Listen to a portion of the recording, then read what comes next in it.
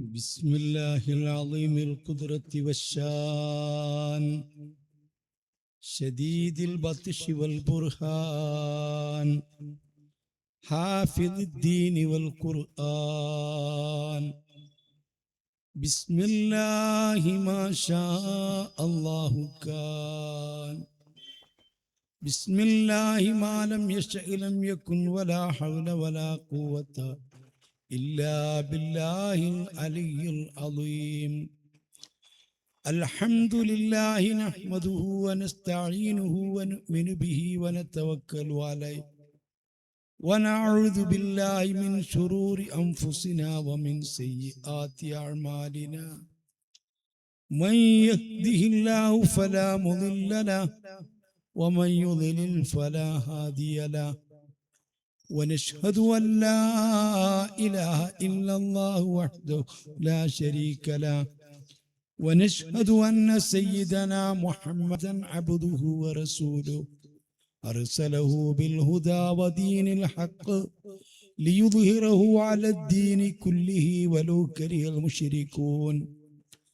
اللهم صل وسلم وبارك على رسولك سيدنا محمد وعلى آل وصحاب سيدنا ومولانا محمد كما صليت وسلمت وباركت على إبراهيم وعلى آل إبراهيم.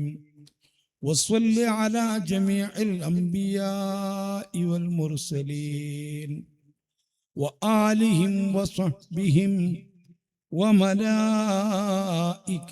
الكرام أجمعين. أما بعد فأعوذ بالله من الشيطان الرجيم. بسم الله الرحمن الرحيم.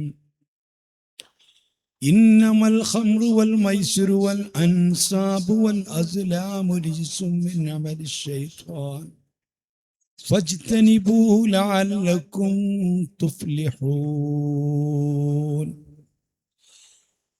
إنما يريد الشيطان أن يوقع بينكم العداوة والبغضاء في الخمر والميسر ويصدكم عن ذكر الله وعن الصلاة فهل أنتم منتهون.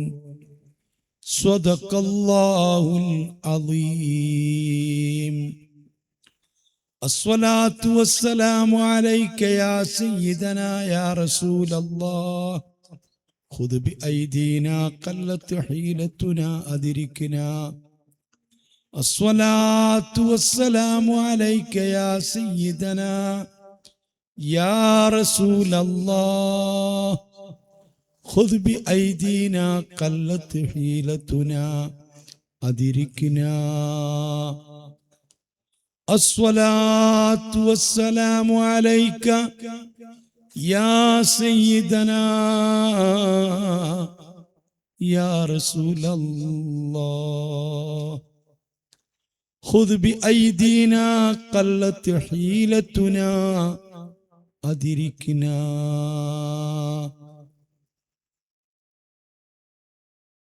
وأشهد أن الله لا رب غيره وأنك مأمون على كل غائب وأنك أعلى المرسلين وسيلة إلى الله يا ابن الأكرمين الأطوائب. فكن لي شفيعا يوم لا ذو شفاعتي بمغن فتلا عن سواد بن قاربي. صلاة وتسليم وأزكى تحيتي على المصطفى المختار خير البرية. ഏറ്റവും ആദരണീയരായ കാജൂര് തങ്ങളുപ്പാപ്പ അവറുകളെ, മറ്റു സാധാത്തുക്കളെ, പണ്ഡിതന്മാരെ, ഈ മഹല്ല് ജമാഅത്ത് കമ്മിറ്റി ഭാരവാഹികളെ, ഉറൂസ് കമ്മിറ്റിയുടെ പ്രവർത്തകരെ, മാന്യ മുസ്ലിം സഹോദര സഹോദരികളെ, അല്ലാഹു സുബ്ഹാനഹു വ തആല നാം ഒരുമിച്ച് കൂടിയതും പറയുന്നതും കേൾക്കുന്നതും ആഖിറത്തിൽ ഉപകരിക്കുന്ന അമലായി സ്വീകരിക്കുമാറാവട്ടെ. നമ്മിൽ നിന്ന് മരിച്ചുപോയ മാതാപിതാക്കൾ, മശായിഖുമാർ, ഉസ്താദുമാർ, ബന്ധുമിത്രാദികൾ, പ്രസ്ഥാന ബന്ധുക്കൾ, ഈ മഹല്ലത്തിലെ ഖബർസ്ഥാനിൽ മറവ് ചെയ്യപ്പെട്ട് കിടക്കുന്ന മുഅ്മിനീങ്ങൾ, മുഅ്മിനാത്തുകൾ, എല്ലാവരുടെയും ബർസഖിയായ ജീവിതം അല്ലാഹു സന്തോഷിപ്പിക്കുമാറാകട്ടെ. ഈ മഹത്തായ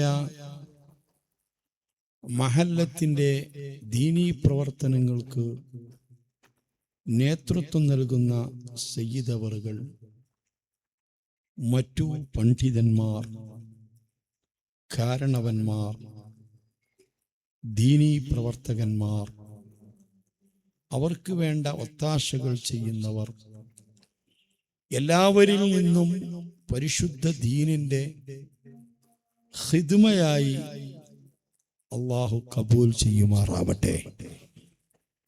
അതുകാരണം അല്ലാഹുവിൻ്റെ പൊരുത്തത്തിൽ ആഫിയത്തുള്ള ദീർഘ ആയുസ്സും സന്തോഷവും റാഹത്തും എല്ലാവർക്കും അല്ലാഹു നൽകുമാറാകട്ടെ. ഈ മഹത്തായ മജ്ലിസിൽ നമ്മോട് ദുആ കൊണ്ട് വസിയത്ത് ചെയ്തിട്ടുള്ള, ദുആ ചെയ്യും എന്ന് പ്രതീക്ഷിച്ച് വന്നിട്ടുള്ള എല്ലാവരുടെയും എല്ലാ ആവശ്യങ്ങളും അല്ലാഹു നിറവേറ്റി സന്തോഷം നൽകുമാറാകട്ടെ. നേരത്തെ ഈ മഹത്തായ പള്ളിയിൽ ഈ മഹല്ലത്തിൻ്റെ ദീനീ പ്രവർത്തനങ്ങൾക്ക് നേതൃത്വം കൊടുത്തിരുന്ന സയ്യിദുമാർ, പണ്ഡിതന്മാർ, മറ്റ് ഉമറാക്കൾ, അവർക്കെല്ലാം ഇതിൻ്റെ മിസ്ൽ സവാബ് അല്ലാഹു എത്തിച്ചു കൊടുക്കുമാറാവട്ടെ. ഈ ഉറൂസുമായി ബന്ധപ്പെട്ട് നാം ചെയ്യുന്ന എല്ലാ സൽക്കർമ്മങ്ങളുടെയും മിസ്ൽ സവാബ് ഈ ഹയാത്തുൽ ഔലിയാ ദർഗാ ഷരീഫിൽ അന്ത്യവിശ്രമം കൊള്ളുന്ന മഹത്തുക്കളിലേക്ക് നമ്മിൽ നിന്ന് ഹദിയയായി അല്ലാഹു ചേർത്തുമാറാകട്ടെ. അവരുടെ പൊരുത്തവും ഗുരുത്വവും മതതും നദറും ജീവിതത്തിലുടനീളം പുറമെ നാളെ ആഖിറത്തിലും ബർസഖി ലോകത്തും നൽകി നമ്മെ അല്ലാഹു വിജയിപ്പിക്കുമാറാകട്ടെ. ആമീൻ യാ റബ്ബൽ ആലമീൻ എന്ന് ആമുഖമായി ദുആ ചെയ്യുകയാണ്. ജീവിതത്തിലുടനീളം അല്ലാഹു സുബ്ഹാനഹു വ തആല കൽപ്പിച്ച കാര്യങ്ങൾ പരമാവധി എടുക്കുകയും വിരോധിച്ചത് വർജിക്കുകയും ചെയ്ത് തഖ്വ ഉൾക്കൊള്ളണമെന്ന് എന്നോടും നിങ്ങളോടും ആദ്യമായി ഉണർത്തുന്നു. കഴിഞ്ഞ വർഷവും ഇതുപോലെ ഉറൂസിന്റെ സമാപനത്തിൽ വെച്ച് ഉണർത്തിയതുപോലെ ഈ മഹത്തായ ഉറൂസ് പരിപാടിയിൽ ഏറ്റവും മർമ്മപ്രധാനമായ കാര്യമാണ് ഈ വഅദിന്റെ സദസ്സ്. അത് പരമാവധി ആളുകൾ ഉപയോഗപ്പെടുത്തുകയും കേൾക്കുകയും ശ്രദ്ധിക്കുകയും ചെയ്യണം.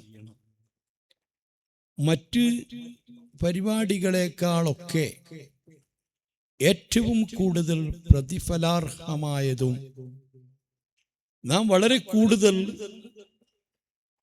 ശ്രദ്ധിക്കേണ്ടതുമായ വിഷയം ഉറൂസിനോട് അനുബന്ധിച്ച് നടക്കുന്ന ഉഹ്റവിയായ ആലിമീങ്ങൾ നടത്തുന്ന ഉപദേശങ്ങളാണ്, സാദാത്തുക്കൾ നടത്തുന്ന നസീഹത്തുകളുമാണ്. അതിനനുസരിച്ചുള്ള ദുആ മജ്ലിസുകളും. ഒരു മനുഷ്യൻ നന്നാവാൻ വേണ്ടത് നല്ലവരുമായി ഇടപഴകി ജീവിക്കലാണ്. പുസ്തകങ്ങളും ഗ്രന്ഥങ്ങളും വായിക്കുന്നത് കൊണ്ട് മാത്രം, തിയറികൾ പഠിക്കുന്നത് കൊണ്ട് മാത്രം ഒരു മനുഷ്യൻ നേർവഴിയിൽ എത്തിച്ചേരുന്നതല്ല. ലക്ഷക്കണക്കിന് അമ്പിയാക്കളെ അല്ലാഹു സുബ്ഹാനഹു വ തആല മനുഷ്യരുടെ നേർവഴിക്ക് വേണ്ടി, ഹിദായത്തിന് വേണ്ടി അയച്ചപ്പോൾ ആ പ്രവാചകന്മാരെ എല്ലാം കേവലം ഒരു പുസ്തകവുമായി, ഗ്രന്ഥവുമായി അയച്ച് അത് വായിച്ചു പഠിച്ചോളൂ എന്ന് പറയുകയല്ല ചെയ്തത്. 1,24,000 അമ്പിയാക്കളെ അള്ളാഹു അയച്ചപ്പോൾ 104 ഗ്രന്ഥങ്ങളാണ് അള്ളാഹു ഇറക്കിയത്. ആ 104 ഗ്രന്ഥങ്ങൾ തന്നെ 104 പ്രവാചകന്മാർക്ക് കൊടുക്കുകയല്ല ചെയ്തത്. ഷീസ് നബി അലൈഹിസ്സലാം, ആദം നബി അലൈഹിസ്സലാത്തു വസ്സലാമിന്റെ മകൻ, അവർക്ക് 50 പുസ്തകങ്ങൾ കൊടുക്കുകയുണ്ടായി. അവിടുത്തെ പേരമകൻ ഇദ്രീസ് നബി അലൈഹിസ്സലാമിന് 30 പുസ്തകങ്ങൾ കൊടുക്കുകയുണ്ടായി. മഹാനായ ഇബ്രാഹിം നബി അലൈഹിസ്സലാത്തു വസ്സലാമിന് 10 പുസ്തകങ്ങളും, മൂസ നബി അലൈഹിസ്സലാത്തു വസ്സലാം തങ്ങൾക്ക് തൗറാത്ത് നൽകുന്നതിന്റെ മുൻപ് 10 പുസ്തകങ്ങളും, മൂസാ നബി അലൈഹിസ്സലാത്തു വസ്സലാമിന് പിന്നീട് തൗറാത്ത് എന്നറിയപ്പെടുന്ന ഇന്ന് നാം വായിക്കുന്ന പഴയ നിയമത്തിന്റെ പകർപ്പും, ഈസ നബി അലൈഹിസ്സലാത്തു വസ്സലാം തങ്ങൾക്ക് പുതിയ നിയമം എന്ന് പറയപ്പെടുന്ന ഇഞ്ചീലും, ദാവൂദ് നബി അലൈഹിസ്സലാത്തു വസ്സലാം തങ്ങൾക്ക് സങ്കീർത്തനം എന്ന പേരിൽ അറിയപ്പെടുന്ന സബൂറും, മുത്തു മുഹമ്മദ് മുസ്തഫ സ്വല്ലല്ലാഹു അലൈഹി വസല്ലമ തങ്ങൾക്ക് ഫുർഖാനുൽ അദീം എന്ന് പറയുന്ന വിശുദ്ധ ഖുർആനും ഇങ്ങനെയാണ് നൽകിയത്. 1,24,000 അമ്പിയാക്കൾക്ക് 1,24,000 പുസ്തകങ്ങൾ കൊടുത്തില്ല. 313 മുർസലീങ്ങൾക്ക് 313 പുസ്തകങ്ങൾ കൊടുത്തില്ല. 104 പുസ്തകം തന്നെ 104 ആളുകൾക്ക് കൊടുത്തില്ല. വിരലിലെണ്ണാവുന്ന പ്രവാചകന്മാർക്ക് മാത്രമാണ് പുസ്തകങ്ങൾ കൊടുത്തത്. അത് തന്നെ ഒരൊറ്റ ഒരു പതിപ്പായിട്ട് കൊടുക്കുകയല്ല ചെയ്തത്. മുത്തുനബി സ്വല്ലല്ലാഹു അലൈഹി വസല്ലമ തങ്ങൾക്ക് 23 കൊല്ലം കൊണ്ടാണ് വിശുദ്ധ ഖുർആൻ അല്ലാഹു തആല സാഹചര്യങ്ങൾക്കനുസരിച്ച് ഇറക്കിക്കൊടുത്തത്. മുത്തുനബി സ്വല്ലല്ലാഹു അലൈഹി വസല്ലമ തങ്ങൾ വഫാത്താകുന്ന സന്ദർഭത്തിൽ മക്കയിലോ മദീനയിലോ ലോകത്ത് എവിടെയെങ്കിലും ഒരു പള്ളിയിലോ ഇന്ന് നമ്മുടെ പള്ളികളിൽ കാണുന്നത് പോലെയുള്ള ഒരു മുസഹഫും ഉണ്ടായിരുന്നില്ല. അങ്ങനെ ഒരു മുസഹഫ് തുന്നിക്കെട്ടിയിട്ടുണ്ടായിരുന്നില്ല. അതേ സമയത്ത് മനുഷ്യരിൽ ഏറ്റവും ഉത്തമന്മാരായ, ഏറ്റവും വിദ്യാസമ്പന്നരായ, ഏറ്റവും ആത്മജ്ഞാനികളായ, ഏറ്റവും കൂടുതൽ അള്ളാഹുവിനെ അറിയുന്നവരായ, ഏറ്റവും വലിയ മഹാത്മാക്കളായ സ്വഹാബാക്കളെ നബി സല്ലല്ലാഹു അലൈഹി വസല്ലമ വാർത്തെടുത്തു. പക്ഷേ അത് പുസ്തകം വായിച്ചു കൊടുത്തുകൊണ്ടായിരുന്നില്ല.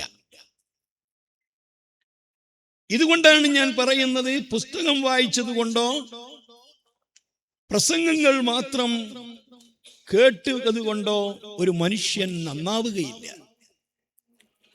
മനുഷ്യൻ നന്നാവാൻ നല്ലവരുമായിട്ട് ഇടപഴകണം,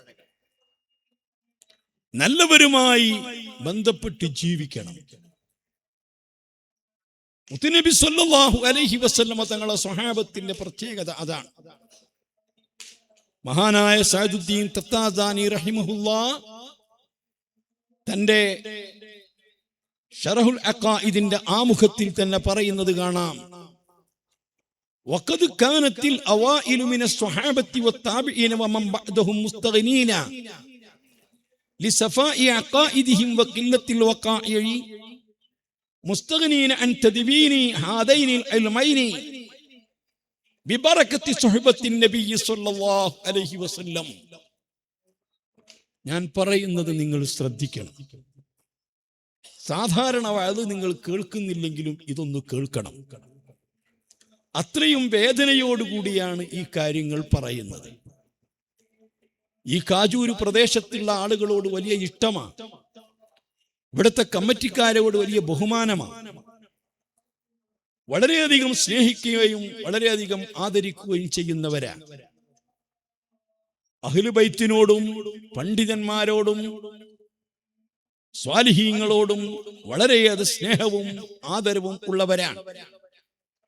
അതുകൊണ്ട് എല്ലാവരും രക്ഷപ്പെടും എന്ന് പ്രതീക്ഷിക്കുന്നു. അള്ളാഹു രക്ഷപ്പെടുത്തുമാറാകട്ടെ. അതുകൊണ്ടാണ് ചില യാഥാർത്ഥ്യങ്ങൾ നിങ്ങളുടെ മുമ്പിൽ പറയുന്നത്. നബി സല്ലല്ലാഹു അലൈഹി വസല്ലമ തങ്ങളെ സ്വഹാബത്തും സ്വഹാബത്തിന്റെ ശിഷ്യന്മാരാകുന്ന താബിഈങ്ങളും ഹിജ്റ 300 വരേക്കുമുള്ള ഉത്തമ നൂറ്റാണ്ടിലെ ആളുകൾ ആയിരുന്നു. ലിസഫാഇ അഖായിദിഹിം വഖില്ലത്തി വഖാഇഹി, അവരുടെ വിശ്വാസം കറകളഞ്ഞ വിശ്വാസമായതുകൊണ്ടും ഇന്നത്തെ പോലെ പ്രശ്നങ്ങളും കലുഷിതമായിരിക്കുന്ന അന്തരീക്ഷവും കുറവായതുകൊണ്ടും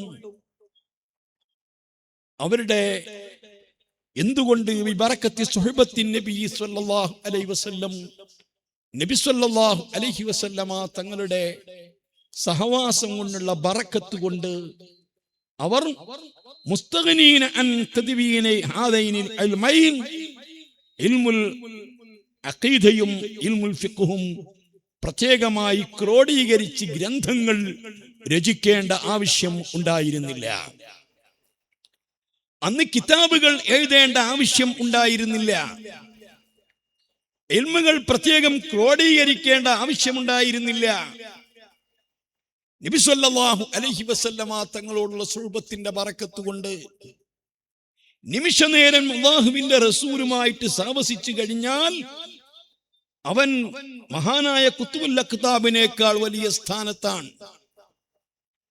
ഉറങ്ങിക്കിടക്കുന്ന ഒരു കുട്ടി, തൊട്ടിലിൽ ഉറങ്ങിക്കിടക്കുന്ന കുട്ടിയുടെ അരികിലൂടെ നബി സല്ലല്ലാഹു അലൈഹി വസല്ലമ തങ്ങളൊന്ന് നടന്നുപോയാൽ, നടന്നു പോകുന്ന സമയത്ത് തൊട്ടിലിൽ ഉറങ്ങിക്കിടക്കുന്ന ഒരു കുഞ്ഞിനെ തങ്ങളൊന്ന് നോക്കിയാൽ, തങ്ങളെ ദർശനം കിട്ടിയാൽ, ആ കുട്ടി പിൽക്കാലത്ത് മഹാനായ ഗൗസുൽ ആദം അബ്ദുൽ ഖാദിർ ജീലാനി തങ്ങളുപ്പാപ്പയേക്കാൾ വലിയ സ്ഥാനവും മഹത്വവും ഉള്ളവരാണ് എന്നാണ് മുസ്ലിം പണ്ഡിതന്മാർ ഏകോപിച്ചു പറഞ്ഞിട്ടുള്ളത്. അത് റസൂലുള്ളാഹി തങ്ങളുടെ ദർശനത്തിന്റെ ബറക്കത്താണ്. ഓർത്തു നോക്കൂ, നബി സല്ലല്ലാഹു അലൈഹി വസല്ലമ തങ്ങൾ മക്കയിൽ തിരിച്ചു വന്നപ്പോൾ നബി സല്ലല്ലാഹു അലൈഹി വസല്ലമ തങ്ങളെ കൊണ്ട് വിശ്വസിച്ച വിശ്വാസികൾക്ക് മക്കയിൽ ജീവിക്കാൻ പറ്റാത്ത അവസ്ഥ വന്നപ്പോൾ തങ്ങൾക്കെതിരിൽ അവര് ഗൂഢാലോചന നടത്തിയപ്പോൾ ജീവിതത്തിൽ നബി സല്ലല്ലാഹു അലൈഹി വസല്ലമ തങ്ങൾക്ക് താങ്ങും തണലുമായി പ്രവർത്തിച്ചിരുന്ന അബൂ ത്വാലിബിന്റെ മരണത്തോടുകൂടി, ഖദീജ ബീവിയുടെ മരണത്തോടുകൂടി മക്കയിൽ നബി സല്ലല്ലാഹു അലൈഹി വസല്ലമ തങ്ങൾ ചിറകൊടിഞ്ഞവരെ പോലെ ശാരീരികമായ ഉപദ്രവം കൂടി ഏൽക്കേണ്ടി വന്നപ്പോൾ അള്ളാഹുവിന്റെ കൽപ്പന അനുസരിച്ച് മക്ക വിട്ട് മദീനയിലേക്ക് പലായനം ചെയ്ത മുഹമ്മദ് മുസ്തഫ ആ റസൂലുള്ളാഹി സ്വല്ലല്ലാഹു അലൈഹി വസല്ലമ നാടും വീടും കുടുംബവും എല്ലാം ഉപേക്ഷിച്ച് മക്ക വിട്ട് മദീനയിലേക്ക് 400 ചില്ലുവാനം കിലോമീറ്റർ അകലെയുള്ള മദീനയിലേക്ക് പോയി. മദീനയിൽ നബിയും നബിയോടൊപ്പമുള്ള വിശ്വാസികളും സ്വസ്ഥമായി ജീവിച്ച് അവർ സ്വസ്ഥമായിട്ട് ഖുർആൻ ഓതി, അവർ സ്വസ്ഥമായി നിസ്കരിച്ച്, അവർ സ്വസ്ഥമായി ജുമുഅ നിർവഹിച്ച്, അവർ കാണുമ്പോൾ ഒന്ന് പുഞ്ചിരിച്ച് ഇസ്ലാമിന്റെ അഭിവാദ്യമായ സലാം പറയാനും അടക്കാനും തുടങ്ങി സമാധാനത്തോടുകൂടി ജീവിക്കുമ്പോൾ അതിനും മക്കക്കാര് വിട്ടില്ല, മക്കക്കാര് അതിനും അനുവദിച്ചില്ല. അങ്ങനത്തെ സാഹചര്യത്തിലാണല്ലോ നബി സല്ലല്ലാഹു അലൈഹി വസല്ലമ തങ്ങളും സ്വഹാബത്തും പ്രതികരിക്കേണ്ടി വന്നത്. അതുവരേക്കും പ്രതികരിച്ചിട്ടുണ്ടായിരുന്നില്ല. അപ്പോഴാണ് ഒരു സമരത്തെ കുറിച്ച് ആലോചിക്കുന്നത്. അങ്ങനെയാണ് ബദർ സമരം നടക്കുന്നത്.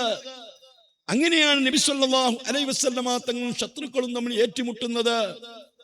പരമാവധി നബി സല്ലല്ലാഹു അലൈഹി വസല്ലമ തങ്ങൾ വിട്ടുവീഴ്ച ചെയ്തതിനു ശേഷം ഇനി ആയുധമെടുക്കാനേ നിർവാഹമുള്ളൂ എന്ന സാഹചര്യത്തിൽ മദീനയിൽ ഭരണം കെട്ടിപ്പടുത്തതിനു ശേഷം ആ ഭരണത്തിന് കീഴിൽ നിന്നുകൊണ്ട് സമരം ചെയ്ത് വിജയിച്ചപ്പോൾ നബി സല്ലല്ലാഹു അലൈഹി വസല്ലമ തങ്ങൾക്ക് അവിടുന്ന് മക്കയിൽ നിന്ന് പോരുന്ന സമയത്ത് ഏറ്റവും വലിയ സങ്കടം കഅബാലയത്തോട് യാത്ര പറയലായിരുന്നു, കഅബം വിട്ട് പോരലായിരുന്നു, ജന്മദേശം വിട്ട് പോരലായിരുന്നു.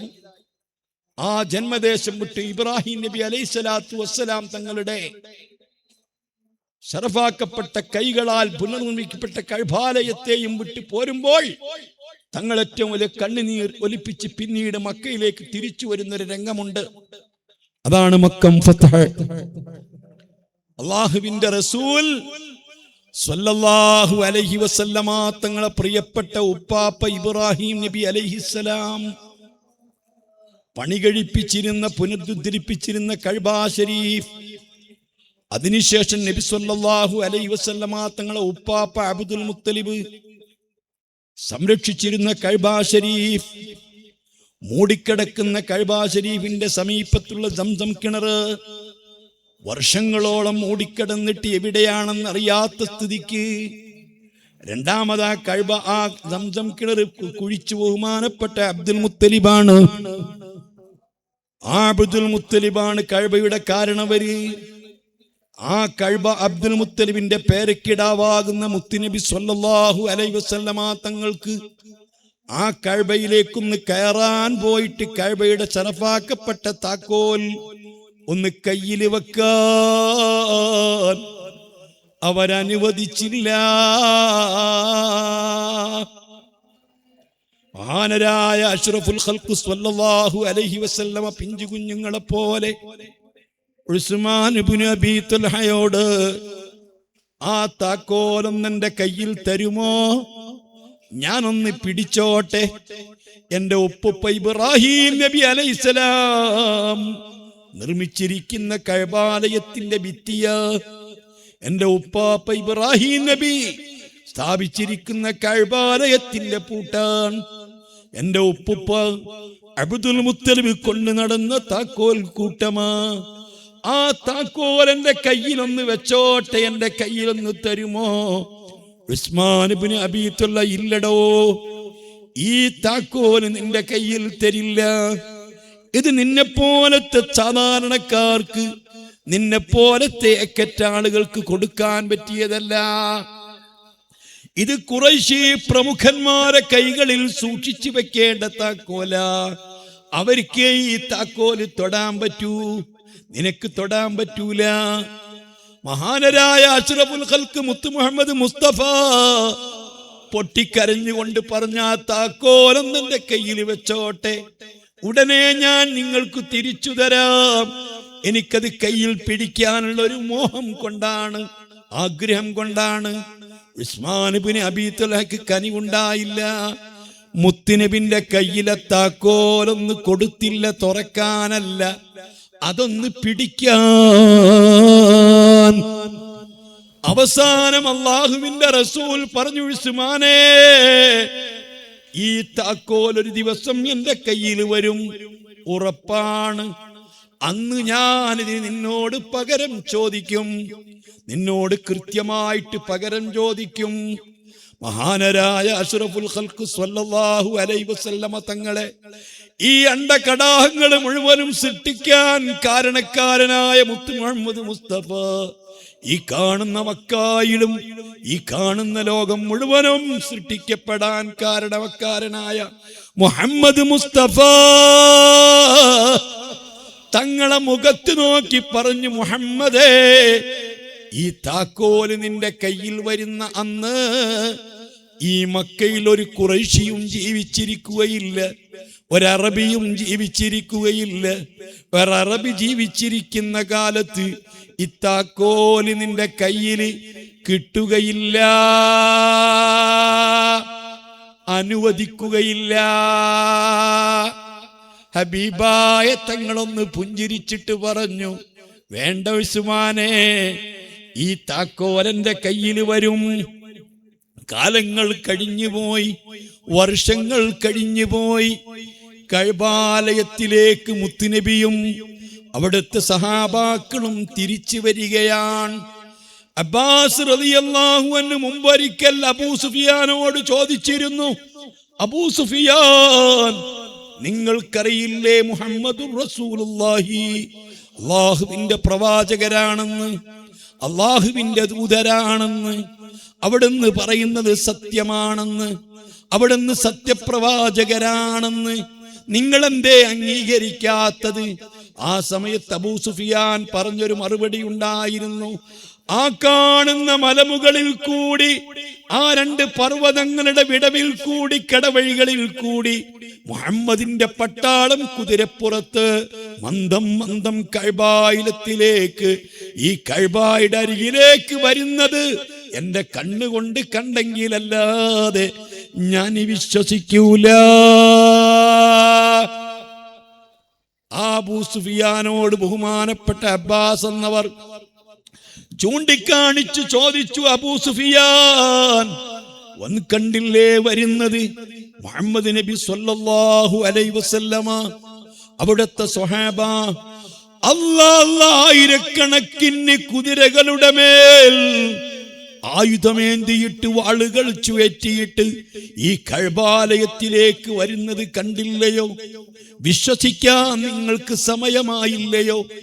നിങ്ങൾക്ക് അംഗീകരിക്കാൻ കഴിയുന്നില്ലയോ? അങ്ങനെ കഅബാലയത്തിലേക്ക് അല്ലാഹുവിന്റെ റസൂലും സ്വഹാബത്തും തിരിച്ചു വന്നൊരു സന്ദർഭമുണ്ട്. ആ കഅബാലയത്തിന്റെ സമീപത്ത് പ്രതിഷ്ഠിച്ചിരിക്കുന്ന വിഗ്രഹങ്ങളും അവിടെ പ്രതിഷ്ഠിച്ചിരിക്കുന്ന ഓരോ കുലദൈവങ്ങളും, ആ കുലദൈവങ്ങളെയും വിഗ്രഹങ്ങളെയും ചെറിയ ചെറിയ ക്ഷേത്രങ്ങളെയും അല്ലാഹുവിന്റെ റസൂൽ തന്റെ കൈകളിൽ സൂക്ഷിച്ച വടി കൊണ്ട് അതാ തള്ളിയിട്ട് കൊണ്ട് കഅബാലയത്തിന്റെ താക്കോല് ചോദിക്കുകയാ. ഉസ്മാൻ ഇബ്നു അബീ ത്വൽഹ താക്കോല് മുത്തുനബിന്റെ കയ്യിൽ കൊടുക്കുകയാ. അല്ലാഹുവിന്റെ റസൂൽ ആ താക്കോല് കൊണ്ട് കഅബ തുറക്കുകയാ. കഅബയിലേക്ക് ഇരമ്പി സ്വഹാബത്ത് കയറുകയാ. ആ കഅബാലയത്തിനകത്ത് നിസ്കരിക്കുകയാ. നിസ്കരിച്ചിട്ട് അല്ലാഹുവിന്റെ റസൂൽ പുറത്തിറങ്ങുകയാ. വാതിലിന്റെ കഅബവാതിൽ പൂട്ടുകയാ. ഓരോരുത്തരും ചിന്തിക്കുന്നു, ഈ താക്കോല് സൂക്ഷിക്കാൻ തങ്ങൾ എന്നെ ഏൽപ്പിച്ചെങ്കിലോ, പരമ്പരാഗതമായിട്ട് സൂക്ഷിച്ചു പോരുന്ന താക്കോലാണ്. പരമ്പരാഗതമായിട്ട് കഥാ സംസം കിണറിൽ നിന്ന് വെള്ളം കോരിക്കൊടുക്കലാണ്. വെള്ളം കോരിക്കൊടുക്കാനുള്ള അധികാരം ബഹുമാനപ്പെട്ട അബ്ബാസ് തങ്ങൾക്ക് കൊടുത്തതാണ്. ഇനി ഈ കഅബാലയത്തിന്റെ താക്കോൽ എന്റെ കയ്യിൽ തരുമെന്ന് പ്രതീക്ഷിച്ചിട്ട് മരുമകൻ അലി അള്ളാഹുവിന്റെ റസൂലിന്റെ സമീപത്ത് തന്നെയുണ്ട്. അബ്ബാസ് തങ്ങളുമുണ്ട്, ജഅഫർ ഇബ്നു അബീ ത്വാലിബിന്റെ മക്കളുണ്ട്, പലരുമുണ്ട്. ഈ താക്കോലൊന്ന് കയ്യിൽ കിട്ടുമോ? ഹബീബായ തങ്ങളോട് ചോദിക്കുന്നു. അലിയാരി കൊടുത്തില്ല. തങ്ങളെക്കാൾ പ്രായമുള്ള അബ്ബാസ് എന്നവര് ചോദിച്ചു, കൊടുത്തില്ല. അന്ന് ഉസ്മാൻ ഇബ്നു അബീ തൽഹയോട് ഇതിന് ഞാൻ പ്രതികാരം ചെയ്യും നിന്നോട് എന്ന് പറഞ്ഞ ആ വാക്കോർക്കുന്ന മുത്തുനബി താക്കോൽ കയ്യിൽ പിടിച്ചുകൊണ്ട് വിളിക്കുന്നു. ഉസ്മാൻ ഇബ്നു അബീ തൽഹനെ വിളിച്ചിട്ട് ഖാലിദത്തൻ താലിദത്തൻ, ഈ താക്കോൽ പിടിച്ചോളൂ, എന്നും നിങ്ങൾ തന്നെ പിടിച്ചോളൂ, പാരമ്പര്യമായി നിങ്ങളെ കുടുംബം തന്നെ പിടിച്ചോളൂ. വല്ലാത്തൊരു പ്രതികാരമായി പോയി, വല്ലാത്ത ഒരു പകവീട്ടലായി പോയി. അല്ലാ അല്ലാ, മോനെ നിനക്ക് കഴിയുമോ? ആഖിർ സമാനിലെ മക്കളെ നിങ്ങൾക്ക് കഴിയുമോ? ഇതുകൊണ്ടാണ് അഷ്റഫുൽ ഖൽഖ് മുത്ത് മുഹമ്മദ് മുസ്തഫ സല്ലല്ലാഹു അലൈഹി വസല്ലമ തങ്ങളെ സ്വഭാവത്തെ കുറിച്ച് ആയിഷ ബീവിയോട് ചോദിച്ചപ്പോൾ ആയിഷ ബീവി പറഞ്ഞത് കാന ഖുലുഖുൽ ഖുർആൻ, മുത്തുനബിന്റെ സ്വഭാവം ഖുർആനാണ്. ഖുർആനാണ് എന്ന് പറഞ്ഞ് പല അർത്ഥങ്ങളുണ്ട്. വിശുദ്ധ ഖുർആനോട് കിടപിടിക്കുന്ന ഒരു ഗ്രന്ഥമില്ല. അതിന്റെ വെല്ലുവിളി സ്വീകരിക്കാൻ കഴിയില്ല. ഒരു കാലത്തും ഖുർആനെ വെല്ലാൻ കഴിയില്ല. ഈ ഖുർആനോട് തുല്യമായ ഒരു ഗ്രന്ഥം പോയിട്ട്, ഒരധ്യായം പോയിട്ട്, ഏറ്റവും ചെറിയ ഇന്ന ആഴ്ത്തയിനാക്കൽ കൗസർ എന്ന് പോലുള്ളൊരു സൂറത്ത് പോലും കൊണ്ടുവരാൻ ഒരു കാലത്തും കഴിയില്ല. ഒരാൾക്കും കഴിയില്ല. മലക്കുകൾക്ക് കഴിയില്ല, ജിന്നുകൾക്ക് കഴിയില്ല, മനുഷ്യർക്ക് കഴിയില്ല. അതാണ് ഖുർആനെങ്കിൽ അതുപോലെയാണ് തങ്ങളെ സ്വഭാവം. ഈ സ്വഭാവം ഉൾക്കൊള്ളാൻ, ഈ സ്വഭാവം പോലത്തെ ഒരു സ്വഭാവം, ഈ സ്വഭാവത്തോട് കിടപിടിക്കുന്ന ഒരു സ്വഭാവം, ഈ സ്വഭാവത്തോട് തുല്യമായ ഒരു സ്വഭാവം, ഈ നിലപാടിനോടൊത്തൊരു നിലപാട് ലോകത്ത് ഒരാൾക്കുമില്ല. മുഹമ്മദുർ റസൂലുള്ളാഹ്. അങ്ങനത്തെ ഒരു സ്വഭാവം ഒരു തങ്ങൾക്കുമില്ല, ഒരാൾക്കുമില്ല, മനുഷ്യനുമില്ല, ജിന്നിനുമില്ല, മലക്കിനുമില്ല. തങ്ങളെ സ്വഭാവം പോലത്തെ ഒരു സ്വഭാവം. അള്ളാഹുവിന്റെ കലാമാകുന്ന ഖുർആൻ പോലത്തെ ഒരു ഖുർആനില്ല. ഖുർആനാണ് തങ്ങളെ സ്വഭാവം. അതുകൊണ്ട് തങ്ങളെ സ്വഭാവം പോലത്തെ ഒരു സ്വഭാവം ആർക്കാ അങ്ങനെ പറ്റിയ? ഇരിക്കട്ടെ, അതിന്റെ പിറ്റേ ദിവസം ഫളാല എന്ന് പറഞ്ഞൊരു മനുഷ്യനുണ്ട്, സ്വഹാബി ഒരു മനുഷ്യനുണ്ട്. ഈ ഫളാല ഒരിക്കലും അവർക്ക് ഉൾക്കൊള്ളാൻ കഴിയുന്നതിനപ്പുറമാണ്. എത്രയെത്ര ഖുറൈശികളാണ് പറഞ്ഞത് എന്റെ ഉപ്പ മരിച്ചത് നന്നായി, ഈ ദുർഗതി കാണേണ്ടി വന്നില്ലല്ലോ. കറുകറുത്ത ബിലാൽ, എത്യോപ്യക്കാരനായ ബിലാൽ, കറുത്ത മുന്തിരി പോലെ കണ്ണുള്ള ബിലാൽ, സ്പ്രിങ് പോലെ മുടിയുള്ള ബിലാൽ, കടിച്ച ചുണ്ടുള്ള ബിലാൽ, പരുപരുത്ത ശരീരമുള്ള ബിലാൽ, ഉമയ്യത്തിന്റെ അടിമയായ ബിലാൽ, പായ വിരിച്ചു കിടക്കാൻ സ്വാതന്ത്ര്യമില്ലാത്ത ബിലാൽ, അകത്ത് കയറാൻ സ്വാതന്ത്ര്യമില്ലാത്ത ബിലാൽ. ബിലാലിന്റെ സുന്ദരമായ ശബ്ദം കേട്ട് അവർക്ക് കിളിപ്പെടണം. ബിലാലിനെ പാട്ടുപാടിക്കണം. പാതിരാക്ക് രാവിലെ പകൽ മുഴുവനും എല്ലുമുറിയ പണിയെടുത്ത് പൊള്ളുന്ന മണലിൽ ജോലി ചെയ്തിട്ട് പാതിരാക്ക് വന്നൊന്ന് കിടക്കാൻ തൊട്ടപ്പുറത്ത് നമ്മുടെ നാട്ടിലൊക്കെ ചായ്പിൽ കാലികളെ കെട്ടും പോലത്തെ ചായ്പിൽ ചാക്ക് വിരിച്ച് കിടക്കുന്ന ബിലാൽ. ആ ബിലാലിനെ ഇഷ്ടം പോലെ കള്ള് കുടിച്ച് മദ്യപിച്ചിട്ട് അവരെ മജ്‌ലിസിൽ വന്നുകൊണ്ട് പാട്ടുപാടണം, അവരെ പാട്ടുകാ പാടിയിട്ട് രസിപ്പിക്കണം. ബിലാലിന്റെ ശബ്ദം വല്ലാത്ത സുന്ദരമാ. അതിനുവേണ്ടി പാടാൻ വേണ്ടി വിളിക്കുന്ന സമയത്ത് ബിലാൽ തങ്ങളെ സമീപത്തേക്ക് അടുപ്പിച്ച് നിർത്തുകയില്ല. അങ്ങകലെ നിർത്തിയിട്ട് ബിലാലിനെ കൊണ്ട് പാടിക്കുകയാണ്. ബിലാലിന്റെ പാട്ട് അവർക്ക് ഇഷ്ടമാണ്. ബിലാലിന്റെ ശബ്ദം അവർക്ക് കുളിരേകുന്നതാണ്. ബിലാലിന്റെ ശബ്ദം അവരെ കിളിപ്പെടുത്തുന്നതാണ്. അങ്ങനത്തെ കറുകറുത്ത ബിലാൽ, ആ ബിലാലിനെ കഅബാലയത്തിന്റെ മുകളിൽ കയറ്റിയിട്ട് വാങ്ക് വിളിച്ചപ്പോഴ് എത്ര ഖുറൈശികൾ പറഞ്ഞു, എൻ്റെ ഉപ്പ മരിച്ചത് നന്നായി, ഈ ബിലാൽ വാങ്ക് വിളിക്കുന്നത് കേൾക്കേണ്ടി വന്നില്ലല്ലോ, ഈ ദുർഗതി കാണേണ്ടി വന്നില്ലല്ലോ, എൻ്റെ ഉപ്പ ഭാഗ്യവാനായി പോയി എന്ന് പറഞ്ഞ അത്രയും എത്ര ഖുറൈശി പ്രമുഖരാ. ഫുദാലത്തെ കൂട്ടത്തിൽപ്പെട്ടയാളാ. ഇനി ജീവിക്കാൻ പറ്റൂല, ഇനി മുഹമ്മദിനെ ജീവിക്കാൻ അനുവദിച്ചുകൂടാ. പിറ്റേ ദിവസം കഅബാലയത്തിനെ തവാഫ് ചെയ്യാൻ വേണ്ടി മുത്തുനബി വന്നപ്പോ കഅബയുടെ കറുത്ത കില്ലക്ക് ഉള്ളിൽ ഒളിച്ചു നിൽക്കുന്നു ഫുദാല.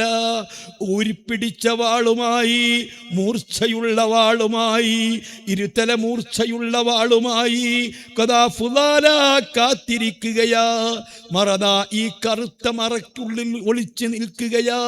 മുഹമ്മദ് തവാഫ് ചെയ്യുന്ന സമയത്ത് ഒറ്റവെട്ടിന് 2 കഷ്ണമാക്കണം, ആ ചിന്തയോടുകൂടി നിൽക്കുകയാ. ഒന്നാമത്തെ ചുറ്റി റസൂലുള്ളാഹിന്റെ മുഖത്ത് നോക്കി. ഫുദാലക്ക് വെട്ടാൻ ധൈര്യം വന്നില്ല. രണ്ടാമത്തെ ചുറ്റെത്തി. രണ്ടാമത്തെ ചുറ്റിലും വെട്ടാൻ തോന്നിയില്ല. മൂന്നാമത്തെ ചുറ്റിലും വെട്ടാൻ സാധിച്ചില്ല. ആറാമത്തെ ചുറ്റിലും കഴിഞ്ഞില്ല. ഏഴാമത്തെ ചുറ്റിൽ ലാസ്റ്റ് ചാൻസ് ആണ്. ഇതിന് മുഹമ്മദ് മുസ്തഫ മദീനയിലേക്ക് പോവുകയാ.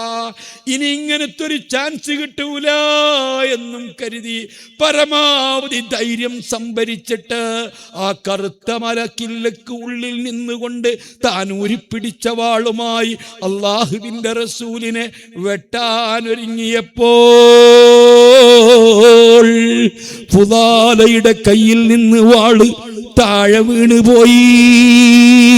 ഫുദാല കിടന്ന് വിറയ്ക്കാൻ തുടങ്ങി. അല്ലാഹുവിന്റെ റസൂല് ചോദിക്കുന്നു, ഫുദാല എന്തു പറ്റി ഫുദാല, എന്ത് ചെയ്യുന്നു ഫുദാല? ഞാൻ ദിക്റ് ചൊല്ലുകയാ, എണ്ണം പിടിക്കുകയാ. റസൂലുള്ളാഹിനോട് പറഞ്ഞതാ. ഹബീബൊന്ന് പുഞ്ചിരിച്ചിട്ട് ചോദിക്കുന്നു, ദിക്റ് ചൊല്ലുക തന്നെയാണോ? ദിക്റ് ചൊല്ലുക തന്നെയാണോ എന്ന് ചോദിച്ചപ്പോൾ ഫുദാലയുടെ മനസ്സ് കാളുകയാണ്. ഹബീബിന്റെ മുൻപിൽ കാൽക്കൽ വീണ് പറയുന്നു, യാ റസൂലല്ലാഹ്, അല്ല അല്ല, അല്ലാഹുവിന്റെ റസൂല് ഫുദാലയുടെ അതാ നെഞ്ഞത്തുന്ന അതാ അമർത്തി വെക്കുന്നു. ചറഫാക്കപ്പെട്ട കൈകൊണ്ട് പുറത്തുമെന്ന് വെക്കുന്നു. ആ സമയത്ത് ഫുദാല പറയുന്നു, ഏഴാകാശങ്ങളും ഭൂമിയും നാസൂത്തും ജബറൂത്തും ലാഹൂത്തും ലോകത്തുള്ള മലക്കൂത്ത് മുഴുവനും എനിക്ക് ദൃശ്യമായതുപോലെ, എൻ്റെ കണ്ണിൽ കണ്ട പോലെ, രഹസ്യങ്ങൾ മുഴുവനും കണ്ട പോലെ എൻ്റെ കുഫ്ർ നീങ്ങിപ്പോയി, എൻ്റെ വിരോധം നീങ്ങിപ്പോയി, എൻ്റെ ശത്രുത നീങ്ങിപ്പോയി. അശ്ഹദു അല്ലാ ഇലാഹ ഇല്ലല്ലാഹ് വ അന്നക റസൂലുള്ളാഹ് എന്ന കലിമയും ചൊല്ലി മുസ്ലിമായിട്ട് ഉടനെ തന്റെ വീട്ടിലേക്ക് ഓടുകയാ. വീട്ടിലേക്ക് ഓടുന്ന സമയത്ത് ഫുദാലയുടെ വീട്ടിന്റെ വഴിയിൽ ഒരു പെണ്ണുണ്ട്, വേശ്യപ്പെണ്ണുണ്ട്. ആ വേശ്യയായിരിക്കുന്ന പെണ്ണ് ഫുദാലയെ മാടി മാടി വിളിക്കുന്നു, ഫുദാല. ബഹുമാനപ്പെട്ട ഫുദാലത്തിന്റെ പറ്റുവെണ്ണാണ്, ഇടക്കിടക്ക് സമീപിക്കുന്നതാണ്, തന്റെ ഭാര്യയെ വഞ്ചിച്ചുകൊണ്ട് ചെല്ലുന്ന പെണ്ണാണ്. ആ പെണ്ണിനേക്ക് ചെന്നപ്പോ ആ പെണ്ണ് വിളിക്കുന്നു, ഫുദാല ഇങ്ങ് വന്നോളൂ, ചാൻസ് ഉണ്ട്, ഇപ്പോൾ പറ്റുകാരും ഇവിടെയില്ല, നല്ല അവസരമാണ്. ആ സമയത്ത് ബഹുമാനപ്പെട്ട ഫുദാല പറഞ്ഞത്, അതാക്കില്ല, അല്ല നിനക്ക് ഹിദായത്ത് തരട്ടെ പെണ്ണേ. എന്റെ ചിന്ത അങ്ങനെയല്ല, എന്റെ ചിന്തയൊക്കെ മാറിപ്പോയി, ലോകത്തുള്ള അത്ഭുതങ്ങൾ മുഴുവനും ദർശിച്ചു പോയി. അല്ലാഹുവിന്റെ റസൂൽ സ്വല്ലല്ലാഹു അലൈഹി വസല്ലമ തങ്ങളെ കയ്യിന്റെ സ്പർശനം ഏറ്റതോടുകൂടി ഈ ലോകം മുഴുവനും മറന്നുപോയി, അല്ലാഹുവിൽ ലയിച്ചു പോയി. എന്നെ കാക്കണ്ട മറ്റുള്ളവരെ തെരഞ്ഞോളൂ എന്ന് പറഞ്ഞെങ്കിൽ മോനെ, ആഖിറുസമാനിലെ മക്കളെ, ഒരു നിമിഷ നേരത്തെ ദർശനം കൊണ്ട്, അവിടുത്തെ കയ്യിന്റെ സ്പർശനം കൊണ്ട് ഫുദാലക്ക് വന്ന മാറ്റമാ. ഇതുപോലെ നല്ലവരോടൊന്നിച്ച് സഹവസിച്ചാൽ, അവരോടൊന്നിച്ച് ജീവിച്ചാൽ, അവരോടൊന്നിച്ച് ഇടപഴകിയാൽ നീ നന്നാകുന്നതാ. മുഹമ്മദുർ റസൂലുള്ളാഹ്. അതാ റസൂലുള്ളാഹിനെ തങ്ങളൊന്ന് കണ്ട്, റസൂലുള്ളാഹിന്റെ കൈ കൊണ്ടൊന്ന് ഒന്ന് തൊട്ടതേ ഉള്ളൂ, അപ്പോഴേക്ക് ഫുദാല അത്രയ്ക്ക് വലിയ മാറ്റം മാറി. ഇത്ര സംഭവം നിങ്ങൾക്കറിയോ? വിശുദ്ധ ഖുർആനിലെ മഹാനായ മൂസ നബി അലൈഹിസ്സലാം, നിങ്ങളെന്റെ കൂടെ ഇല്ലേ? ബഹുമാനപ്പെട്ട കലീമുല്ലാഹി മൂസ നബി അലൈഹിസ്സലാം മനുഷ്യരിൽ മൂന്നാമത്തെ വ്യക്തിയാണ്. ഒന്ന് മുത്തു മുഹമ്മദ് മുസ്തഫ, രണ്ട് ഇബ്രാഹിം നബി അലൈഹിസ്സലാം, മൂന്ന് മൂസാ നബി അലൈഹിസ്സലാം. എല്ലായ്പ്പോഴും ബഹുമാനപ്പെട്ട മുഖറബായ മലക്ക് ജിബ്രീൽ അലൈഹിസ്സലാത്തു വസ്സലാം തങ്ങൾ സമീപിക്കുന്നയാളാ. അപാര വിജ്ഞാനത്തിന്റെ ഉടമയാ, അപാരമായ അത്ഭുതത്തിന്റെ ഉടമയാ. ചെങ്കടൽ 12 റോഡുകളായി പിളർത്തി മഹാനാണ്. അള്ളാഹുവാകുന്ന പ്രകാശത്തിന്റെ പ്രഭാപൂരത്തിന്റെ കോടാനുകോടി അംശങ്ങളിൽ നിന്നൊരംശം ബഹുമാനപ്പെട്ട മൂസാ നബി അലൈഹിസ്സലാത്തു വസ്സലാം തങ്ങൾക്ക് പ്രത്യക്ഷപ്പെട്ടപ്പോൾ പപ്പടം പോലെ തൂറുപർവ്വതം പൊട്ടിപ്പിളർന്ന് കാണാൻ ഭാഗ്യം ലഭിച്ച പ്രവാചകർ മൂസ നബി അലൈഹിസ്സലാം. 10,000 മനുഷ്യരുടെ കേൾവിശക്തിയും കാഴ്ച ശക്തിയും സംസാരശേഷിയും നൽകപ്പെട്ട് അള്ളാഹുവിന്റെ അവാച്യമായിരിക്കുന്ന, നിരൂപിക്കാൻ കഴിയാത്ത സംസാരം കേട്ട മഹാനാണ് കലീമുല്ലാഹി മൂസ നബി അലൈഹിസ്സലാം. ആ മൂസ നബി അലൈഹിസ്സലാം ഒരു മനുഷ്യനെ കാണാൻ വേണ്ടി പോയി. അതല്ലേ സൂറത്തുൽ കഹ്ഫിൽ പറയുന്നത്? വല്യബ്നു മൽക്കാൻ അൽ ഖദിർ അലൈഹിസ്സലാം, അബുൽ അബ്ബാസ് വല്യബ്നു മൽക്കാൻ അൽ ഖദിർ അലൈഹിസ്സലാം എന്ന മനുഷ്യനെ കാണാൻ വേണ്ടി ബഹുമാനപ്പെട്ട മൂസാ നബി പോവുകയാണ്. എവിടെയാ മൂസാ നബി? സിനാ മരുഭൂമിയിലാണ്. ഇസ്രായേല്യരുമായിട്ട് ഫലസ്തീനിലേക്ക് പോകുന്ന വഴിയിൽ സിനാ മരുഭൂമിയിൽ കറങ്ങിക്കൊണ്ടിരിക്കുകയാ 40 കൊല്ലം. ആ സിനാ മരുഭൂമിയിൽ നിന്നാണ് പോകുന്നത്. ആര്? മൂസ നബി അലൈഹിസ്സലാം. എങ്ങോട്ട്? മജ്മഉൽ ബഹ്റൈൻ. എന്താ വിശുദ്ധ ഖുർആൻ പറഞ്ഞത്? മൂസാ നബി അലൈഹിസ്സലാത്തു വസ്സലാം തങ്ങൾ പറഞ്ഞത് എന്താണ്? അതെ, ഞാൻ പോവുകയാണ്. ഔ അംദിയ ഹുഖുബാ, ഒന്നുകിൽ ഞാൻ തേടുന്ന മനുഷ്യനെ കാണുന്നത് വരെ പോകും, അല്ലെങ്കിൽ നൂറ്റാണ്ടുകൾ കഴിയുന്നത് വരെ ഞാൻ യാത്ര പോകും.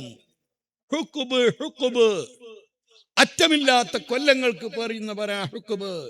ലാബിസീന ഫീഹാ അഹ്ഖാബ, അത്രയും കൊല്ലങ്ങൾ ഞാൻ യാത്ര ചെയ്യും ഒരു മനുഷ്യനെ കാണാൻ. ആരാണ് ആ മനുഷ്യൻ? മഹാനായ വല്യബ്നു മൽക്കാൻ. അവരുള്ളതെവിടെ? മജ്മഉൽ ബഹ്റൈൻ. നിങ്ങൾ രാത്രി വീട്ടിലെത്തിയിട്ട് അല്ലെങ്കിൽ നാളെയൊക്കെ സ്വസ്ഥ പോലെ ഈ ഭൂമിയുടെ മേപ്പെടുത്തൊന്ന് നോക്കുക. മജ്മഉൽ ബഹ്റൈൻ എവിടെയാണ്? സിനാ മരുഭൂമി എവിടെയാണ്?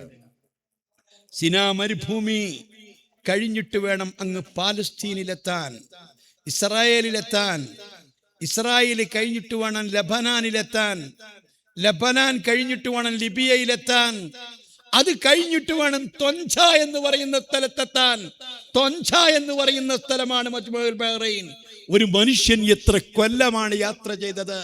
ഫ്ലൈറ്റിലല്ല, കപ്പലിലല്ല, കാറിലല്ല, ഓട്ടോറിക്ഷയിലല്ല, സൈക്കിളിലല്ല, കാൽനടയായിട്ട്. അന്നത്തെ വാഹനമാകുന്ന ഒട്ടകങ്ങളോ കുതിരകളോ കഴുതകളോ കോവർ കഴുതകളോ അന്ന് ഉപയോഗിച്ചില്ല. കേവലം തന്റെ കാലുകൊണ്ട് ഇത്രയും ആയിരക്കണക്കിന് കിലോമീറ്ററുകൾ താണ്ടി അവര് പോയതെന്തിനാ?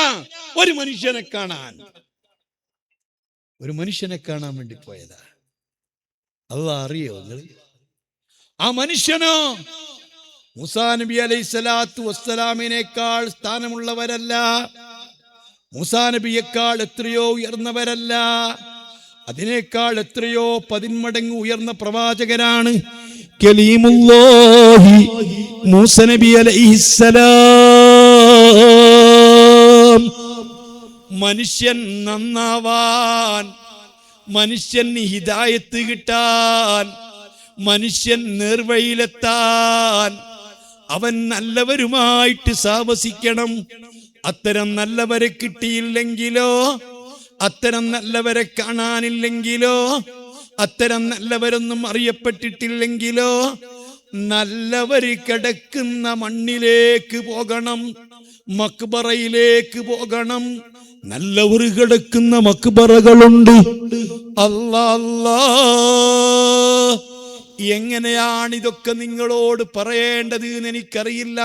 ഫലാ ഉഖ്സിമു ബിമവാഖിഇൻ നുജൂം വഇന്നഹു ലഖസമുൻ ലൗ തഅലമൂന അളീം. നക്ഷത്രങ്ങൾ വീണുകിടക്കുന്ന സ്ഥലങ്ങളാണ്. ഹയാത്തുൽ ഔലിയ എന്ന ദർഗാ ഷരീഫിൽ ഒരു കാലഘട്ടത്തിൽ ലോകത്തിന് വെളിച്ചം നൽകിയ നക്ഷത്രങ്ങൾ അസ്തമിച്ചു കിടക്കുകയാ.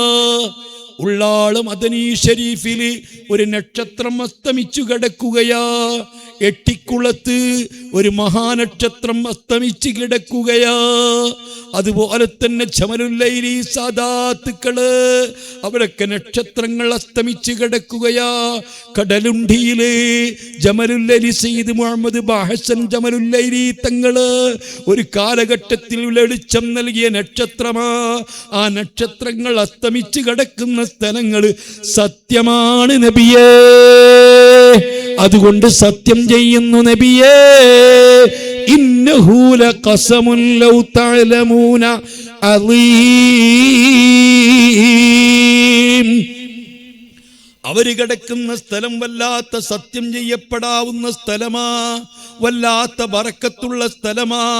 ഇബ്നു ഹജർ ഹൈതമി തങ്ങൾ തന്റെ തുഹ്ഫയിൽ പറഞ്ഞില്ലേ, അത്തരം നക്ഷത്രങ്ങളെ സമീപത്ത് നീ ചെന്നു നിന്നാൽ, അത്തരം മഹത്തുക്കളെ മക്ബറക്കടുത്ത് നീ ചെന്നു നിന്നാൽ, ഷാഫി ഇമാമിന്റെ മക്ബറക്കടുത്ത് നീ ചെന്നു നിന്നാൽ, അമ്പിയാക്കൾ ഔലിയാക്കൾ സ്വാലിഹീങ്ങളുടെ മദനി തങ്ങളെ മക്ബറക്കടുത്ത് നീ ചെന്നു നിന്നാൽ, ഹയാത്തുൽ ഔലിയ മക്ബറയുടെ അടുത്ത് നീ ചെന്നു നിന്നാൽ, കാസർഗോഡ് ബഹുമാനപ്പെട്ട മാലിക് ദിനാർ പള്ളിയുടെ മക്ബറിന്റെ അടുത്ത് നീ ചെന്ന് പോയി നിന്നാൽ, മടവൂര് ശൈഖ് മുഹമ്മദ് ഹബീബക്കർ അൽ മഷ്ഹൂർ ബിസിയമിൽ മദാവൂരി അവിടുത്തെ ദർഗാ ഷരീഫിന്റെ അടുത്ത് നീ ചെന്ന് നിന്നാൽ, കുതുബുസ്സമാൻ തങ്ങളുടെ അടുത്ത് നീ ചെന്നു നിന്നാൽ, ജമലുല്ലൈലി തങ്ങളുടെ അടുത്ത് നീ ചെന്നു നിന്നാൽ, അതുപോലത്തെ മഹാന്മാര് കിടക്കുന്ന സ്ഥലത്ത് നീ ചെന്നാൽ, ആ ചെന്നു നിന്നാൽ ആ നക്ഷത്രങ്ങളിൽ നിന്ന് സ്ഫുരിക്കുന്ന പ്രകാശത്തിന്റെ കിരണങ്ങള്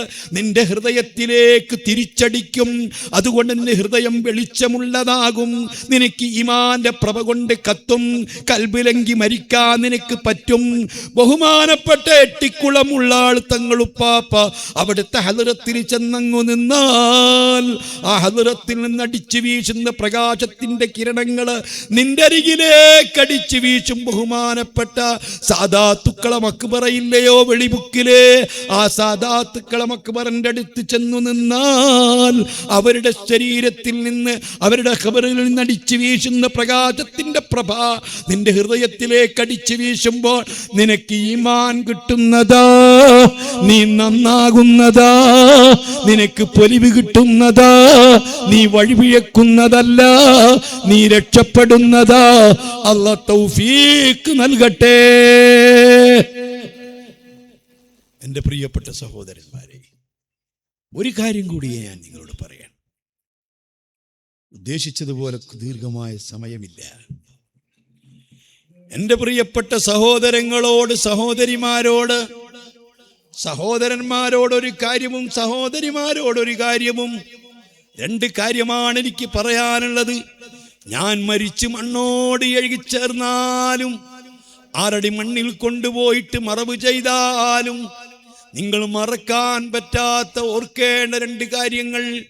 ഓ സഹോദരാ, ഈ ലോകത്ത് അല്ലാഹു തആല എണ്ണിയാൽ തീരാത്ത ജീവജാലങ്ങളെ സൃഷ്ടിച്ചിട്ടുണ്ട്. എന്തൊക്കെ ജീവികളുണ്ട്, എന്തൊക്കെ പറവകളുണ്ട്, എന്തൊക്കെ ജന്തുക്കളുണ്ട്, എത്രയൊക്കെ സൂക്ഷ്മജീവികളുണ്ട്, അത്ഭുതമുള്ള ജീവികൾ എത്രയുണ്ട്.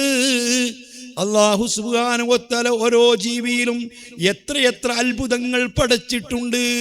200 ലിറ്റർ വെള്ളത്തിൽ ഒരു തരി പഞ്ചസാര ഇട്ടാല് ആ പഞ്ചസാരയുടെ രുചിയും അതിൻ്റെ വാസനയും തിരിച്ചറിയാൻ മാത്രം ശക്തിയുള്ള ഈച്ചയെ ഞാൻ കണ്ടിട്ടുണ്ട്.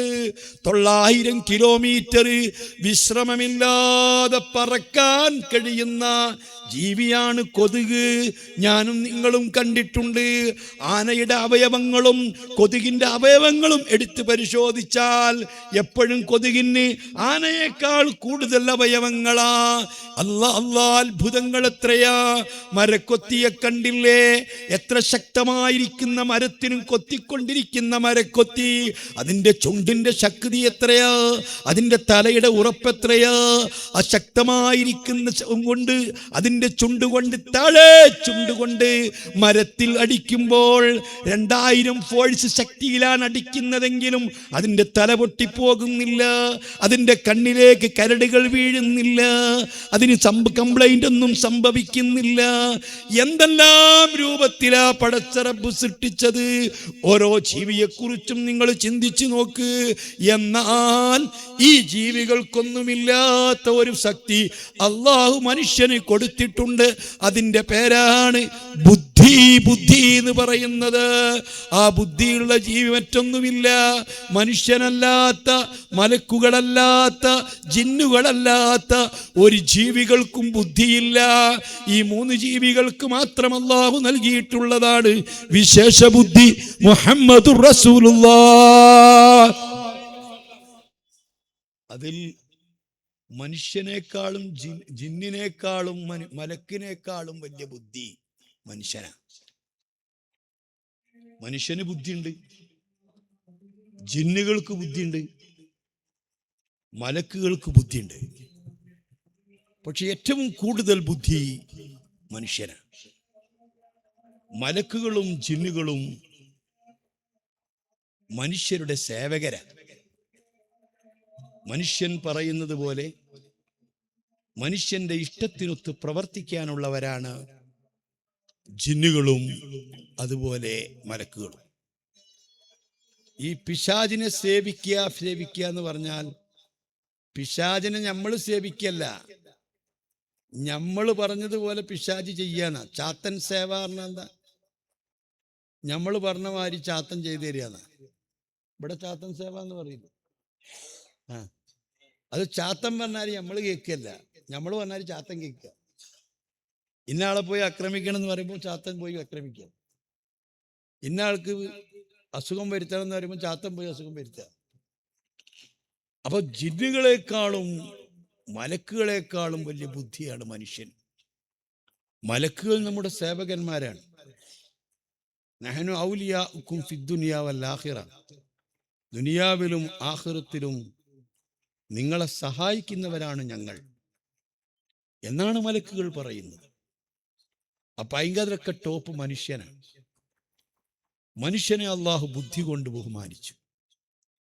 ബുദ്ധി എന്ന് പറഞ്ഞാൽ എന്താ? ഇവിടെ നോക്ക്, നമ്മളെ വീട്ടിൽ വളർത്തുന്ന ഒരു ആട്, നമ്മളെ കണ്ട ആട് തിരിച്ചറിയും. ആടിന് കാഴ്ചയില്ലേ? കാഴ്ചയുണ്ട്. ആടിന് കേൾവിയില്ലേ? കേൾവിയുണ്ട്. ഹാർട്ടില്ലേ? ഹാർട്ടുണ്ട്. രക്തമുണ്ട്. അതിന് കുടിക്കാൻ പറ്റിയതും പറ്റാത്തതും ആട് തിരിച്ചറി. മത്സ്യങ്ങളൊന്നും ഉള്ള വെള്ളമൊന്നും ആട് കുടിക്കൂല. അതുപോലെ ആയിരക്കണക്കിന് സസ്യങ്ങളെ കൂട്ടത്തിൽ ആടിന് കഴിക്കാൻ പറ്റാത്ത ആട് കഴിക്കൂല. ആടിനറിയാം. അതൊക്കെ ആടിന് തിരിച്ചറിവുണ്ട്. നായക്ക് തിരിച്ചറിവുണ്ട്. നായക എന്നാ തിരിച്ചറിവില്ല. വാസനൊക്കെ എത്ര പിടിക്കാൻ പറ്റും? കുറ്റവാളികളെ പിടിക്കുന്നത് നായയല്ലേ? മണത്ത് പിടിക്കുന്നില്ലേ? അതൊന്നുമല്ല മനുഷ്യനുള്ള പ്രത്യേകത. മനുഷ്യന് ഒന്നാമത്തെ പ്രത്യേകത ബുദ്ധിയുടെ തുടക്കം 7 വയസ്സിലാണ്. അതിനാണ് വകതിരിവ് എന്ന് പറയാം. ഒരു കുട്ടിക്ക് മലവും ഭക്ഷണവും തിരിച്ചറിയാൻ പറ്റി, വെള്ളവും മൂത്രവും തിരിച്ചറിയാൻ പറ്റി. അത് മൂത്രാണ്, ഇത് വെള്ളാണ്, അത് കാഷ്ടാണ്, ഇത് ചോറാണ് എന്ന് തിരിച്ചറിയാൻ പറ്റുന്ന ഒരവസ്ഥ. അതിനാണ് വകതിരിവ് എന്ന് പറയാം. അതാണ് ചെറിയ ബുദ്ധി, പ്രഥമ ബുദ്ധി. അതാണ്. അതറിയാത്തവർക്ക് ബുദ്ധിയില്ല എന്നറിയാം. അത് 7 വയസ്സാകുമ്പോൾ ആ ബുദ്ധി എത്തിയാൽ തന്നെ കുട്ടികളോട് നിസ്കാരം അതുപോലെ ശറഇന്റെ കാര്യങ്ങളൊക്കെ കൽപ്പിച്ചിരിക്കണം. അങ്ങനെ ആരെങ്കിലും കൽപ്പിക്കലുണ്ടാവും? നമ്മളൊക്കെ പറയും മക്കള് പറഞ്ഞു കേൾക്കണില്ല എന്നറിയും, മക്കളെ അനുസരിക്കണില്ല, മക്കള് ഉപദേശം സ്വീകരിക്കുന്നില്ല, ഉപ്പയെയും ഉമ്മയെയും പറയുന്നത് സ്വീകരിക്കുന്നില്ല. ഞാൻ ചോദിക്കട്ടെ, ഏതെങ്കിലും ഉമ്മയും ഉപ്പയും 7 വയസ്സ് ചാന്ദ്രിക വർഷം അനുസരിച്ച് 7 വയസ്സാകുമ്പോൾ തൻ്റെ കുട്ടികളോട് ഈ രൂപത്തിൽ കൽപ്പിക്കാറുണ്ടോ? നാളെ ബർത്ത്ഡേ ആണെന്ന് പറഞ്ഞ് ഇന്നത്തെ ദിവസം തന്നെ നല്ല കേക്കൊക്കെ ഉണ്ടാക്കി, അല്ലെങ്കിൽ പുതിയ ഉടയാടകൾ വാങ്ങി, അല്ലെങ്കിൽ ടോയ്സുകൾ വാങ്ങി കുട്ടികളെ സന്തോഷിപ്പിക്കാൻ പാർക്കിലും മറ്റും കൊണ്ടുപോയി അവരെ സന്തോഷിപ്പിക്കുന്ന സ്വഭാവമുണ്ട്. പക്ഷേ ചാന്ദ്രിക വർഷം അനുസരിച്ച് നാളെ നിനക്ക് 7 വയസ്സാകാൻ പോവുകയാണ്, നാളെ മുതൽ നിസ്കരിച്ചിരിക്കണം, നാളെ മുതൽ വുളു എടുത്തിരിക്കണം, നാളെ മുതൽക്ക് കൃത്യമായ ഔറത്ത് മറക്കണം, നാളെ മുതൽ സ്വർണത്തിന്റെ ആഭരണങ്ങളൊന്നും പുരുഷന്മാർ ധരിക്കരുത്, 7 വയസ്സായ പിന്നെ കുട്ടികൾ സ്വർണ്ണാഭരണങ്ങളൊന്നും ധരിക്കരുത്, സ്വർണ്ണൊന്നും ഉപയോഗിക്കരുത്. ഇതൊക്കെ കൃത്യമായിട്ട് 7 വയസ്സ് മുതൽക്ക് പറഞ്ഞ വല്ല ഉമ്മയോ ഉപ്പയോ ഈ കൂട്ടത്തിലുണ്ടോ എന്നാ ഞാൻ ചോദിക്കുന്നത്. അങ്ങനെ എത്ര വരെ? അത് 7 വയസ്സാകുമ്പോൾ പോരാ, 7 വയസ്സ് മുതൽ 15 വയസ്സ് വരെ കൃത്യമായി ഓരോ സമയത്തും കുട്ടികളോടതൊക്കെ ചെയ്യിപ്പിക്കണം. 15 വയസ്സ് വരെ, പ്രായപൂർത്തി എത്തുന്നത് വരെ നീണ്ട 8 കൊല്ലം ഒരു കുട്ടിയെ എല്ലാ സമയത്തും നിസ്കരിപ്പിക്കുകയും 10 വയസ്സായി നിസ്കരിക്കാഞ്ഞാൽ അടിക്കുകയും ശിക്ഷ നടപ്പാക്കുകയും ചെയ്ത് ഒരു കുട്ടിയെ മതത്തിന്റെ മൂല്യങ്ങളെയും മതത്തിന്റെ ആചാരങ്ങളെയും അനുഷ്ഠാനങ്ങളെയും ഒക്കെ പരിശീലിപ്പിച്ച് വളർത്തിയാൽ 8 കൊല്ലം പഠിച്ച കുട്ടി പിന്നെ നിർത്തുവോ? 7 വയസ്സ് മുതൽക്ക് 15 വയസ്സ് വരെ കുട്ടിയെ ഈ രൂപത്തിൽ ശിക്ഷണത്തിൽ വളർത്തിയിട്ടുണ്ടെങ്കിൽ പിന്നെ ആ കുട്ടി നിൽക്കൂല, ആ കുട്ടി കേടുവന്നു പോകൂല, ആ കുട്ടി ഒരിക്കലും അനാശാസ പ്രവർത്തനത്തിലേക്ക് പോകൂല. അപ്പൊ കുട്ടികൾ കേടുവരുത്തിയതിന് ഉത്തരവാദിത്തം ആരാണ്? നമുക്കാണ്, മാതാപിതാക്കൾക്കാണ്. ഇരിക്കട്ടെ, എന്റെ വിഷയം അതല്ലാത്തത് കൊണ്ട് ഞാൻ അങ്ങോട്ട് കിടക്കുന്നില്ല. അത് കഴിഞ്ഞാൽ ഒരു 10-15 വയസ്സായ പിന്നെ വേറെ ബുദ്ധിയാണ്. അപ്പോഴാണ് ഒരു തൻ്റെ ഇടത്തോടുള്ള ബുദ്ധി ഉണ്ടാകുന്നത്. ആ ബുദ്ധി ഉണ്ടായിക്കഴിഞ്ഞ് പിന്നെ ബുദ്ധി കൂടുകയാണ്. അങ്ങനെ 30, 35, 40 വയസ്സ് വരെ നല്ല ആരോഗ്യമുള്ള സമയം, എല്ലാ അവയവങ്ങൾക്കും നല്ല ശക്തിയുള്ള സമയം. ഇത്രയും വലിയ ബുദ്ധി കൊണ്ട് അല്ലാഹു സുബ്ഹാനഹു വ തആല അനുഗ്രഹിച്ച മനുഷ്യൻ ആ ബുദ്ധിയെ നശിപ്പിക്കുന്ന ഒരു പ്രവൃത്തി മനുഷ്യനിൽ നിന്നുണ്ടാവരുത്. പരമാവധി ബുദ്ധി ഉപയോഗപ്പെടുത്തുകയും ആ ബുദ്ധിയെ വളർത്തുകയുമല്ലേ വേണ്ടത്. ആ ബുദ്ധിയെ നശിപ്പിക്കുന്ന ഒരു പ്രവർത്തനവും മനുഷ്യനിൽ നിന്ന് ഉണ്ടാവരുത്. ആ ബുദ്ധിയെ നശിപ്പിക്കുന്ന വസ്തുക്കളാണ് ലഹരി എന്ന് പറയുന്നത്. കള്ള്, കഞ്ചാവ്, മയക്കുമരുന്ന്, MDI, ഇതുപോലെ പാൻപരാഗ്, പാൻ മസാല, ചൈനികൊയിനി, ഇങ്ങനെ ഏതെല്ലാം പേരുകളിൽ അറിയപ്പെടുന്ന ലഹരി വസ്തുക്കളുണ്ട്. ഈ ലഹരി വസ്തുക്കളെ കൊണ്ട് മനുഷ്യന്റെ ബുദ്ധി നശിപ്പിക്കുകയാണ്. ഈ ബുദ്ധി അങ്ങ് നശിച്ചാലോ പിന്നെ മനുഷ്യൻ മൃഗത്തെക്കാൾ അധപ്പതിക്കുകയാണ്. മനുഷ്യ അതുകൊണ്ടല്ലേ മുമ്പൊരാൾ ഇമാം അബൂ ഇസ്ഹാഖ് റഹവൈഹി എന്നവർ പറഞ്ഞത്, ഞാൻ കണ്ടതിൽ വെച്ച് ഏറ്റവും വലിയ അത്ഭുതം, ഒരു മനുഷ്യനുണ്ട് മൂത്രമൊഴിക്കുന്നത്.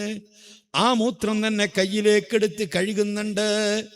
ഒഴിക്കുന്നത് മൂത്രമാണ്, കഴുകണമെന്നറിയാ. കഴുകുന്നതും മൂത്രം കൊണ്ടാണ്. ഒന്ന് വെള്ളമാണ് മൂത്രമാണെന്ന് തിരിച്ചറിയുന്നില്ല. ഈ രൂപത്തിൽ മനുഷ്യന്റെ ബുദ്ധിയെ നശിപ്പിക്കുന്ന ലഹരി വസ്തുക്കൾ മനുഷ്യൻ ഉപയോഗിച്ചുകൂടാ. റസൂലുള്ളാഹി സ്വല്ലല്ലാഹു അലൈഹി വസല്ലമ തങ്ങളെ കാലത്ത്, സ്വഹാബത്തിന്റെ കാലത്ത്, ഖുലഫാഉർ റാഷിദീങ്ങളെ കാലത്ത് ഏക ലഹരി വസ്തു ഉണ്ടായിരുന്നത് ഖംറ്, കള്ള് മാത്രമാണ്.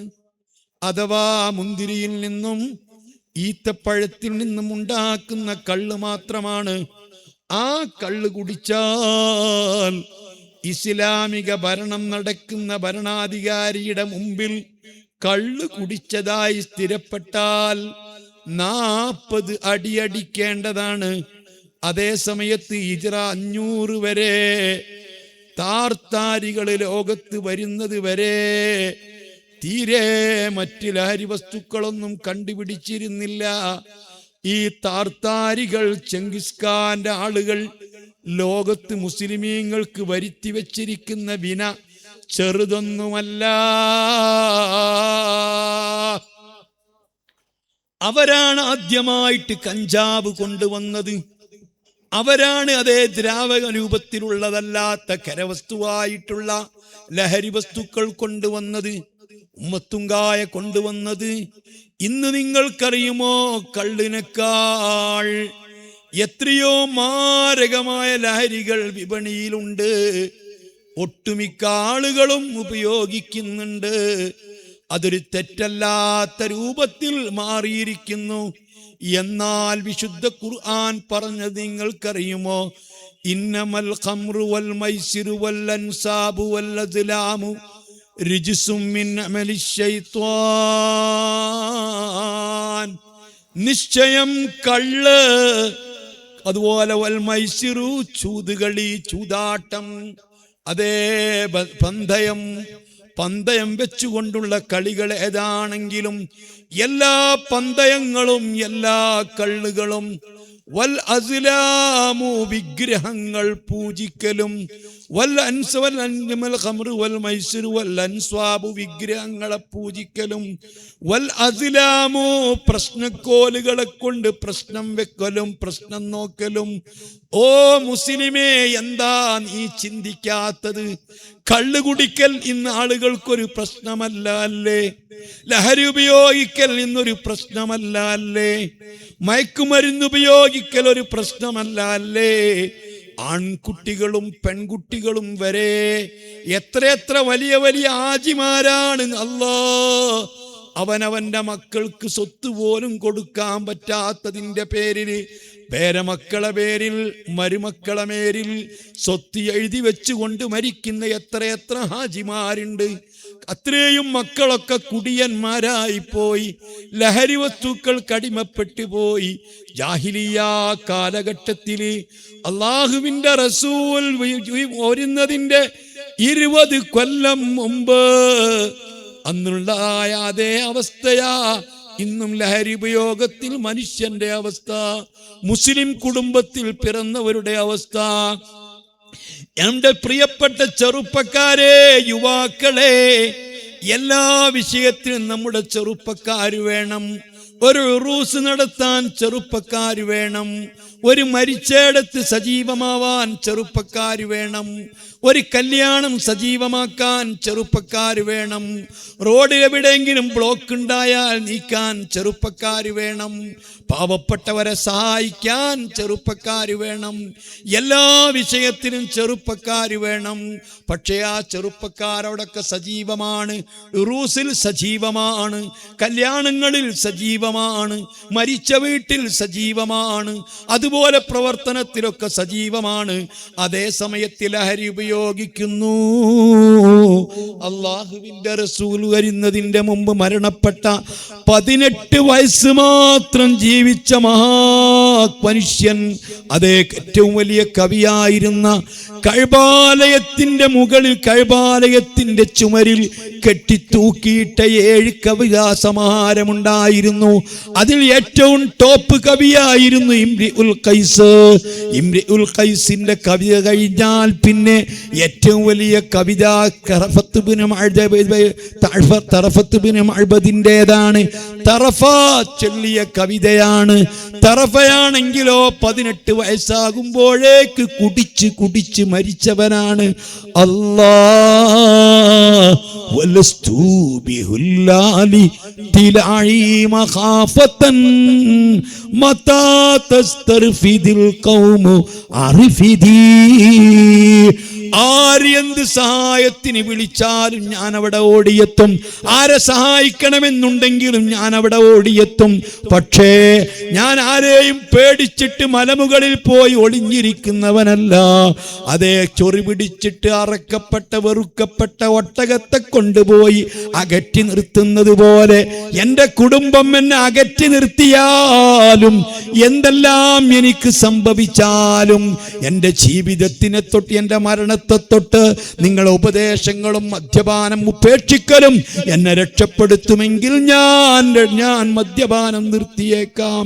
അതല്ലെങ്കിൽ പിന്നെ ഞാൻ കുടിച്ച് മരിച്ചോട്ടെ. എങ്ങനെ കുടിച്ചാലും ഞാൻ മരിക്കും, എങ്ങനെ കുടിച്ചില്ലെങ്കിലും മരിക്കും. നിങ്ങൾ പറയും പോലെ മദ്യപാനമൊക്കെ നിർത്തി എൻ്റെ സമ്പത്തൊക്കെ ഞാൻ നല്ലപോലെ സൂക്ഷിച്ച് നല്ലവനായിട്ട് ഞാൻ ജീവിച്ചാൽ മരിക്കുകയില്ലേ? എങ്കിൽ മരണത്തെ തൊട്ട് രക്ഷപ്പെടുത്താൻ നിങ്ങൾക്ക് പറ്റുമോ? മരണത്തെ പറ്റി രക്ഷപ്പെടുത്താൻ നിങ്ങൾക്ക് പറ്റുന്നില്ലെങ്കിൽ പിന്നെ ഞാൻ കുടിച്ചങ്ങ് മരിച്ചോട്ടെ എന്ന് പറഞ്ഞു മോൾ കുടിയനായ തറഫത്തിന്റെ അതേ രൂപത്തിലല്ലേ, അന്നത്തെ അതേ കാഴ്ചപ്പാടല്ലേ ഇത് നമ്മുടെ ചെറുപ്പക്കാർക്കുള്ളത്? ഞാൻ നീട്ടി പറയുന്നില്ല. തറഫ പറയുന്നു, രാത്രിയായി കഴിഞ്ഞാൽ താഴെ സുന്ദരികളായ കൈനാത്തുകള് രാഗം പാടി വിളിക്കുന്ന പെൺകുട്ടികളോട് നിശാ ക്ലബ്ബുകളിൽ നിന്ന് കൂത്താടുകയാണ്. രാത്രിയായാൽ പുരുഷന്മാരും കൂത്താട്ടത്തിന് പോവുകയാണ്. മൂക്കറ്റം കുടിച്ചുകൊണ്ട് ലക്കും ലഗാനും കെട്ട് വീട്ടിലേക്ക് വരികയാണ്. രാവിലെ തന്നെ മറ്റുള്ളവർ എഴുന്നേൽക്കുന്നതിന്റെ മുമ്പ് ആദ്യമായിട്ട് എനിക്ക് കിട്ടേണ്ടത് ഒരു ഗ്ലാസ് കള്ളാണ്. വെള്ളമൊഴിച്ചാൽ പതച്ച് വരുന്ന കള്ളാണ്. അങ്ങനത്തെ കള്ളാ ഞാൻ രാവിലെ കുടിക്കുന്നത്. എന്നാൽ നിങ്ങൾക്കറിയുമോ, ഇതേ കാലഘട്ടത്തിൽ ഒരു തുള്ളി കള്ളു കുടിക്കാത്ത അബൂബക്കർ സിദ്ദീഖ് തങ്ങളുണ്ടായിരുന്നു, ഉസ്മാൻ ഇബ്നു അഫ്ഫാൻ തങ്ങളുണ്ടായിരുന്നു. ഇങ്ങനെ ഒരുപാട് മാന്യന്മാര് അന്ന് തന്നെ കള്ളു കുടിച്ചിരുന്നില്ല. വിശുദ്ധ ഖുർആൻ പറയുന്നു കള്ളുകുടി എന്ന് പറയുന്നത്, അതുപോലെ മതി ചൂതാട്ടം എന്ന് പറയുന്നത്, പെറ്റടിക്കുക എന്ന് പറയുന്ന ഈ പന്തയം എന്ന് പറയുന്നത്, അതുപോലെ വിഗ്രഹങ്ങളെ പൂവിട്ട് പൂജിച്ച് ആരാധിക്കുക എന്ന് പറയുന്നത്, അതുപോലെ തന്നെ പ്രശ്നങ്ങൾ ഉണ്ടാകുമ്പോൾ ആ പ്രശ്നത്തിന്റെ ഖൈറും ഷർറും അറിയാൻ വേണ്ടി പ്രത്യേകം ചില പ്രശ്നക്കോലുകൾ വെച്ചുകൊണ്ട് ക്ഷേത്രങ്ങളിലോ മഠങ്ങളിലോ ചെന്നുകൊണ്ട് പ്രശ്നക്കോല് വെച്ചുകൊണ്ട് നോക്കുന്നത്, ഇതൊക്കെ പിശാചിന്റെ മോശപ്പെട്ട പ്രവർത്തനമാണ്. ഇത് നിങ്ങളൊന്ന് വെടിഞ്ഞേക്കണം. ഫജ്തനിബൂഹു, നിങ്ങൾ വെടിഞ്ഞേക്കണം. ലഅല്ലക്കും തുഫ്ലിഹൂൻ, നിങ്ങൾ വിജയിക്കാൻ വേണ്ടി, ആഖിറത്തിൽ വിജയിക്കാൻ വേണ്ടി, നിങ്ങൾക്ക് രക്ഷ കിട്ടാൻ വേണ്ടി. ഇന്നമാ യൂഖിഉ ബൈന ഇന്നമാ യൂഖിഉ ഇന്നശ്ശൈത്വാന യൂഖിഉ ബൈനകുമുൽ അദാവത വൽ ബഗ്ദാഇ ഫിൽ ഖംരി വൽ മൈസിരി. നിങ്ങളെ കഠിന ശത്രുവാകുന്ന പിശാചാണ്. ഇതിൽ കൂടി, കള്ളിൽ കൂടി, മദ്യപാനത്തിൽ കൂടി, ലഹരിയിൽ കൂടി, ലഹരി വസ്തുക്കളിൽ കൂടി, മയക്കുമരുന്നിൽ കൂടി, MDAയിൽ കൂടി, മാരകമായിരിക്കുന്ന വിഷമുള്ള, മാരകമായ ശരീരത്തെ ക്ഷയിപ്പിക്കുന്ന, ആരോഗ്യത്തെ നശിപ്പിക്കുന്ന, ബുദ്ധിയെ നശിപ്പിക്കുന്ന, ഉമ്മയാരാണെന്നറിയാൻ പറ്റാത്ത, ഉപ്പയാരാണെന്നറിയാൻ പറ്റാത്ത, പെങ്ങളാരാണെന്നറിയാൻ പറ്റാത്ത, സ്വന്തം പെൺമക്കളാരാണെന്ന് അറിയാൻ പറ്റാത്ത, ആർക്കും ആരോടും പ്രത്യേകമായ ആദരവുകളോ ബഹുമാനങ്ങളോ ഇല്ലാത്ത, ആര് പറഞ്ഞതും അനുസരിക്കാത്ത രൂപത്തിൽ നിങ്ങൾക്കിടയിൽ ശത്രുതയും വിദ്വേഷവും ഉണ്ടാക്കാൻ വേണ്ടി പിശാച് ശ്രമിക്കുന്നത് ഈ മദ്യപാനത്തിലൂടെയാണ്, ഈ ലഹരി വസ്തുക്കളിലൂടെയാണ്. മാത്രമല്ല വയസുദ്ദക്കും അൻ ദിക്രില്ലാഹി വഅനിസ്സലാ, അല്ലാഹു ഈ കണ്ണ് വെറുതെ തന്നതല്ല, ഈ ബുദ്ധി നിങ്ങൾക്ക് വെറുതെ തന്നതല്ല, ഈ നാവ് നിങ്ങൾക്ക് വെറുതെ തന്നതല്ല, ഈ കേൾവി നിങ്ങൾക്ക് വെറുതെ തന്നതല്ല, ഈ തന്നതൊന്നും അല്ല വെറുതെ തന്നതല്ല, വിദ്യാഭ്യാസം വെറുതെ തന്നതല്ല, സമ്പത്ത് നിങ്ങൾക്ക് വെറുതെ തന്നതല്ല, മക്കളെ നിങ്ങൾക്ക് വെറുതെ തന്നതല്ല, സൗന്ദര്യം നിങ്ങൾക്ക് വെറുതെ തന്നതല്ല, ഈ സുന്ദരമായ മുടി നിങ്ങൾക്ക് വെറുതെ തന്നതല്ല, ഈ ചുണ്ടിന്റെ ചുവപ്പ് നിങ്ങൾക്ക് വെറുതെ തന്നതല്ല, ഈ കണ്ണിന്റെ ആകർഷണീയത നിങ്ങൾക്ക് വെറുതെ തന്നതല്ല, ഈ തന്നതൊന്നും അല്ല നിങ്ങൾക്ക് വെറുതെ തന്നതല്ല. അല്ലാഹുവിനെ പറ്റി ചിന്തിക്കാൻ, റബ്ബിനെ പറ്റി പഠിക്കാൻ, റബ്ബിനെ പറ്റി കേൾക്കാൻ, റബ്ബിന്റെ സുജൂദ് ചെയ്യാൻ, റബ്ബിനെ ഒന്ന് വണങ്ങാൻ, ആ റബ്ബാരാണെന്നൊന്ന് തിരിച്ചറിയാൻ, ആ റബ്ബിനെ പറ്റിയിട്ട് കേൾക്കാൻ, ആ റബ്ബിനൊന്ന് വണങ്ങാൻ, അതുപോലെ നിസ്കരിക്കാൻ. ഇതിനാണ് അല്ലാഹു നിങ്ങൾക്ക് ഇതൊക്കെ തന്നിട്ടുള്ളത്. ഇതിനെ തൊട്ട് മുഴുവനും നിങ്ങളെ തെറ്റിച്ച് കളയുന്നത്. മദ്യപാന്മാർക്ക് എവിടെയാ അല്ലാഹുവിനെ ഓർക്കാൻ ടൈമുള്ളത്? ലഹരി വസ്തുക്കൾ ഉപയോഗിക്കുന്നവർക്ക്, മയക്കുമരുന്ന് ഉപയോഗിക്കുന്നവർക്ക്, ബെക്തഡിനടിക്കുന്നവർക്ക്, MDA ഉപയോഗിക്കുന്നവർക്ക് 6 അതെ 1 2 3 ദിവസം ഉപയോഗിച്ച് കഴിഞ്ഞാൽ, പിന്നെ അതിന് അഡിക്റ്റായി കഴിഞ്ഞാൽ, അടിമയായി കഴിഞ്ഞാൽ, നിങ്ങൾക്കറിയില്ല ഇന്ത്യ രാജ്യത്തിന്റെ അതേ പട്ടാളത്തിന്റെ മേധാവിയായിരുന്ന ഗ്രേഡിയൻ സ്റ്റേഡിലെ രത്നസിംഗിന്റെ 19 വയസ്സായ മകൻ ഹെറോയിൻ അടിമപ്പെട്ട അവസാനം ആത്മഹത്യ ചെയ്ത് മരിച്ച തന്റെ ഡയറി കുറിപ്പ് എല്ലാവർക്കും അറിയില്ലേ? അല്ലാ, ഇന്ന് പുരുഷന്മാർക്ക്, മക്കൾക്ക്, മുസ്ലിം സഹോദരന്മാർക്ക് ലഹരി ഒരു വസ്തുവേ അല്ല. പാൻപരാഗ് പ്രശ്നമല്ല, ചൈനിക്കൊയിനി പ്രശ്നമല്ല. അതേ മനുഷ്യന്റെ ശരീരത്തിന് ബുദ്ധി നശിപ്പിക്കുന്ന, ആരോഗ്യത്തെ ക്ഷയിപ്പിക്കുന്ന MDA പ്രശ്നമല്ല. എങ്ങനെയെങ്കിലുമൊക്കെ കാശുണ്ടാക്കണം, എങ്ങനെയെങ്കിലുമൊക്കെ അടിച്ചു പൊളിച്ച് ജീവിക്കണം, പാതിരാ സമയം വരെ അന്യ പെണ്ണുങ്ങളുമായിട്ട് കൂത്താടി കളിക്കണം, എന്നിട്ട് കള്ളു കുടിച്ച് രമിക്കണം. ഇങ്ങനെ പാതിരാ സമയം വരെ എപ്പോഴെങ്കിലും വീട്ടിലേക്ക് കയറി ചെല്ലണം. ഉപ്പക്ക് ചോദിക്കാൻ പാടില്ല, ഉമ്മക്ക് ചോദിക്കാൻ പാടില്ല, ആരും ചോദ്യം ചെയ്യാൻ പാടില്ല. പള്ളിയിലെ ഉസ്താദ് പ്രസംഗിക്കാൻ പാടില്ല, പള്ളിയിലെ ഉസ്താദ് വഅദ് പറയാൻ പാടില്ല, വഅദിന് പറയുന്ന മുസ്ലിയാർ അതൊന്നും പറയാൻ പാടില്ല. അല്ലാഹ് പറയുന്നു ഫഹൽ അൻതും മുൻതഹൂൻ, ഇനിയെങ്കിലും നിങ്ങൾക്ക് അവസാനിപ്പിക്കാനായില്ലയോ? നിങ്ങൾക്ക് അവസാനിപ്പിക്കാനായില്ലയോ? ഈ വിശുദ്ധ ഖുർആന്റെ താക്കീത് കേട്ടപ്പോൾ, വിശുദ്ധ ഖുർആനിന്റെ സാഹിത്യവും, ഈ ഖുർആനിന്റെ പ്രയോഗവും, ഈ ഖുർആന്റെ ഗാംഭീര്യവും മനസ്സിലാകുന്ന അറബികളിൽപ്പെട്ട മഹാനായ ഉമറുൽ ഫാറൂഖ് തങ്ങൾ ഈ സമുദായത്തിന് വേണ്ടി ഉറക്കെ പറഞ്ഞു, അലാ ഇന്തഹൈനാ യാ റബ്ബ്, ഇന്തഹൈനാ യാ റബ്ബ്, ഇന്തഹൈനാ യാ റബ്ബ്. നിർത്തി റബ്ബേ, നിർത്തി റബ്ബേ, നിർത്തി റബ്ബേ. ഉമറുൽ ഫാറൂഖ് ആ സമയത്ത് കള്ളു കുടിച്ചത് കൊണ്ടല്ല, ഉമറുൽ ഫാറൂഖിന് കള്ളുകൂടിയോട് ഇഷ്ടമുള്ളത് കൊണ്ടല്ല. ഈ കള്ളിലത് ബയാൻ ഷാഫിയൻ കാഫിയൻ, ഒരു പൂർണ്ണ മതിയായ നിയമം വരണമെന്ന്, എല്ലാറ്റിനും ആശ്വാസകരമായിരിക്കുന്ന ഒരു തീർപ്പ് വരണമെന്ന് റബ്ബിനോട് പലപ്പോഴും പ്രാർത്ഥിക്കുകയും ആഗ്രഹിക്കുകയും ചെയ്ത മഹാനാ ഉമറുൽ ഫാറൂഖ് തങ്ങൾ പറഞ്ഞു, ഇല്ല, ഇനി മദീനയിൽ ഒരാൾ കള്ളു കുടിക്കൂല, ഒരു കള്ളും ഇനി ഇവിടെ വിൽക്കപ്പെടൂല, ഒരു കള്ളിന്റെ ബിസിനസ്സും ഇനി നടക്കൂല. എന്റെ പ്രിയപ്പെട്ട മുത്തുമോമിനീങ്ങളെ, നിങ്ങൾക്കറിയുമോ, വ്യഭിചരിച്ചാൽ വ്യഭിചരിച്ചവനെ ശിക്ഷിക്കും. ഇസ്ലാമിക ഭരണം നടക്കുന്ന ഭരണാധികാരിയാണെങ്കിൽ വ്യഭിചരിച്ചു എന്ന് സ്ഥിരപ്പെട്ട് കഴിഞ്ഞാൽ വിവാഹിതനായ സ്ത്രീയോ പുരുഷനോ ആണെങ്കിൽ മരിക്കും വരെ എറിഞ്ഞു കൊല്ലും, അല്ലെങ്കിൽ 100 അടി അടിക്കും. അവനെ മാത്രമാണ്. വ്യഭിചാരോപണം നടത്തിയവനെ 80 അടി അടിക്കും. അവനെ മാത്രമാണ്. അതേപോലെ തന്നെ കൈവിട്ടാൽ കട്ടവന്റെ കൈമുറിക്കും. അവനെ മാത്രമാണ്. അതേ സമയത്ത് അള്ളാഹുവിന്റെ റസൂല് മദ്യപാനത്തിൽ, കള്ളുകുടിയിൽ അള്ളാഹിന്റെ റസൂല് ശപിച്ചത് 10 വ്യക്തികളെയാ. ലഅന റസൂലുള്ളാഹി സ്വല്ലല്ലാഹു അലൈഹി വസല്ലമ ശാരിബൽ ഖംരി വമൂക്കിലുഹു. അതേ, കള്ളു കുടിക്കുന്നവനെയും ആസിറഹാ വമുത്തസിറഹാ വൽഹാമില ലഹാ വൽമഅമൂലത ഇലൈഹി, കള്ളുമായി ബന്ധപ്പെട്ട് ഇടപാട് നടത്തുന്ന 10 പേരെ അള്ളാഹുവിന്റെ റസൂൽ ശപിച്ചിട്ടുണ്ട്. കള്ള് വാറ്റുന്നവനെ ശപിച്ചിട്ടുണ്ട്. അത് വിൽക്കുന്നവനെ ശപിച്ചിട്ടുണ്ട്. ആർക്ക് വേണ്ടിയാണോ ഉണ്ടാക്കുന്നത് അവനെ ശപിച്ചിട്ടുണ്ട്. ആരാണതിൻ്റെ കാരിയർ അവനെ ശപിച്ചിട്ടുണ്ട്. ആരടുത്തേക്കാ കൊണ്ടുപോകുന്നത് അവനെ ശപിച്ചിട്ടുണ്ട്. ആരാണ് വിൽക്കുന്നത് അവനെ ശപിച്ചിട്ടുണ്ട്. ആരാണത് വാങ്ങുന്നത് അവനെ ശപിച്ചിട്ടുണ്ട്.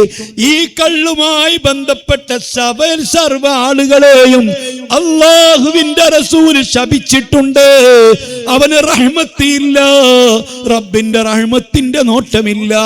റബ്ബ് അവനെ പരിഗണിക്കൂല. അവന്റെ പ്രാർത്ഥനയ്ക്ക് ഇജാബത്ത് കിട്ടൂല. അവന്റെ പ്രാർത്ഥന സ്വീകരിക്കൂല. മാത്രമല്ല, കള്ളു കുടിച്ച ഒരാൾ, മദ്യപിച്ച ഒരാൾ, മയക്കുമരുന്ന് ഉപയോഗിച്ച ഒരാൾ, ലഹരി ഉപയോഗിച്ച ഒരാൾ, അതേ ഹെറോയിൻ ഉപയോഗിച്ച ഒരാൾ, പാൻപരാഗ് ഉപയോഗിച്ച ഒരാൾ, ഹാൻസ് ഉപയോഗിച്ച ഒരാൾ, അങ്ങനത്തെ ലഹരി ഉപയോഗിച്ച ഒരാൾ, അല്ലാഹു തആല 40 ദിവസത്തേക്ക് അവന്റെ നിസ്കാരം സ്വീകരിക്കൂല. 40 ദിവസം ഒരൊറ്റ പ്രാവശ്യം ഉപയോഗിച്ചാൽ അവന്റെ നിസ്കാരം അല്ലാഹു സ്വീകരിക്കൂല. മാത്രമല്ല, ഈ 40 ദിവസത്തിന്റെ ഇടയ്ക്കായി അവൻ മരിച്ചുപോയാൽ മാത്തമീത്തൻ ജാഹിലിയ മരണം, കുഫ്രിയത്തിന്റെ മരണം, ഈമാനില്ലാത്ത മരണം അവൻ മരിക്കുമെന്ന് അസ്വാദിഖുൽ മസ്തൂഖ് മുത്തുനബി പഠിപ്പിച്ചതാ. ഏറ്റവും വലിയ തെറ്റേതാ?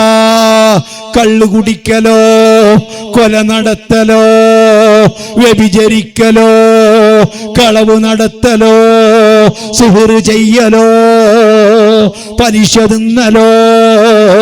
ഏറ്റവും വലിയ തെറ്റേതാണെന്ന് സ്വഹാബത്ത് തർക്കമായപ്പോൾ അബൂബക്കർ സിദ്ദീഖ് തങ്ങള്, ഉമറുൽ ഫാറൂഖ് തങ്ങള് ഉൾക്കൊള്ളുന്ന സ്വഹാബത്തിന്റെ മജ്‌ലിസിൽ വെച്ച് ചർച്ച നടന്നപ്പോൾ അവസാനം തീർപ്പിലെത്താതെ അബ്ദുല്ലാഹി ഇബ്നു ഉമർ തങ്ങൾ അരികിലേക്ക് വാളവിടുകയാണ്. മുത്തുനബിയിൽ നിന്ന് ഏറ്റവും കൂടുതൽ ഹദീസുകൾ മനപ്പാഠമാക്കിയിട്ടുള്ള സ്വഹാബികളിൽപ്പെട്ടവരാ ഉമറുൽ ഫാറൂഖിന്റെ മോനാ. അവിടെ ചെന്ന് ചോദിക്കുകയാ, ഇസ്ലാമിൽ ഏറ്റവും വലിയ തെറ്റേതാ? അത് കൊല നടത്തലാണോ? മുഅ്മിനായ മനുഷ്യനെ കൊല്ലലാണോ? വ്യഭിചരിക്കലാണോ? സിഹ്ർ ചെയ്യലാണോ? പലിശ വാങ്ങലാണോ? പലിശ കൊടുക്കലാണോ? ഏറ്റവും വലിയ തെറ്റേതാണെന്ന് ചോദിച്ചപ്പോൾ ചിന്തിക്കാനില്ല. അത് മദ്യപാനമാ, ലഹരി ഉപയോഗമാ. ആളുകൾ വന്നു ഉമറുൽ ഫാറൂഖ് തങ്ങളടക്കമുള്ള സ്വഹാബികളോട് ഈ അഭിപ്രായം പറഞ്ഞപ്പോ ഇബ്നു ഉമർ തങ്ങൾക്ക് എന്തു പറ്റി? ഇബ്നു ഉമർ തങ്ങൾക്ക് എന്തു പറ്റി ചിന്തിക്കാതെ പറഞ്ഞു പോയോ? ആളുകൾ മുഴുവൻ ഓടിച്ചൊല്ലുകയാ, ചെന്നുകൊണ്ട് ചോദിക്കുകയാ, കൊന്തവനെ തിരിച്ചു കൊല്ലാനല്ലേ വിധി? അതേ, കട്ടവന്റെ കൈമുറിക്കാനല്ലേ വിധി? പെഞ്ചല്ല് പറഞ്ഞവന് 80 അടിയല്ലേ വിധി? വ്യഭിചരിച്ചവനെ എറിഞ്ഞു കൊല്ലാനല്ലേ വിധി? എന്നാൽ കള്ളു കുടിച്ചു എന്ന് സ്ഥിരപ്പെട്ടാൽ 40 അടിയല്ലേ വിധി? പിന്നെങ്ങനെയാണ് കള്ളുകുടി ഏറ്റവും വലിയ തിന്മയാകുന്നത്? അവിടെന്ന് പറഞ്ഞു, ശരിയാ, ഹബീബായ തങ്ങള് പറഞ്ഞത് ഞാൻ കേട്ടിട്ടുണ്ട്.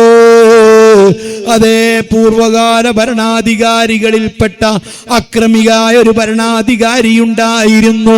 തന്റെ ഭരണത്തിൻ കീഴിൽ ഒരു സ്വാത്വികനായ മനുഷ്യൻ, തെറ്റുകൾ ചെയ്യാത്ത, മദ്യപിക്കാത്ത, ഹറാമ് ചെയ്യാത്ത, നല്ല നിലയിൽ ജീവിക്കുന്ന ഒരു മനുഷ്യനുണ്ടായിരുന്നു.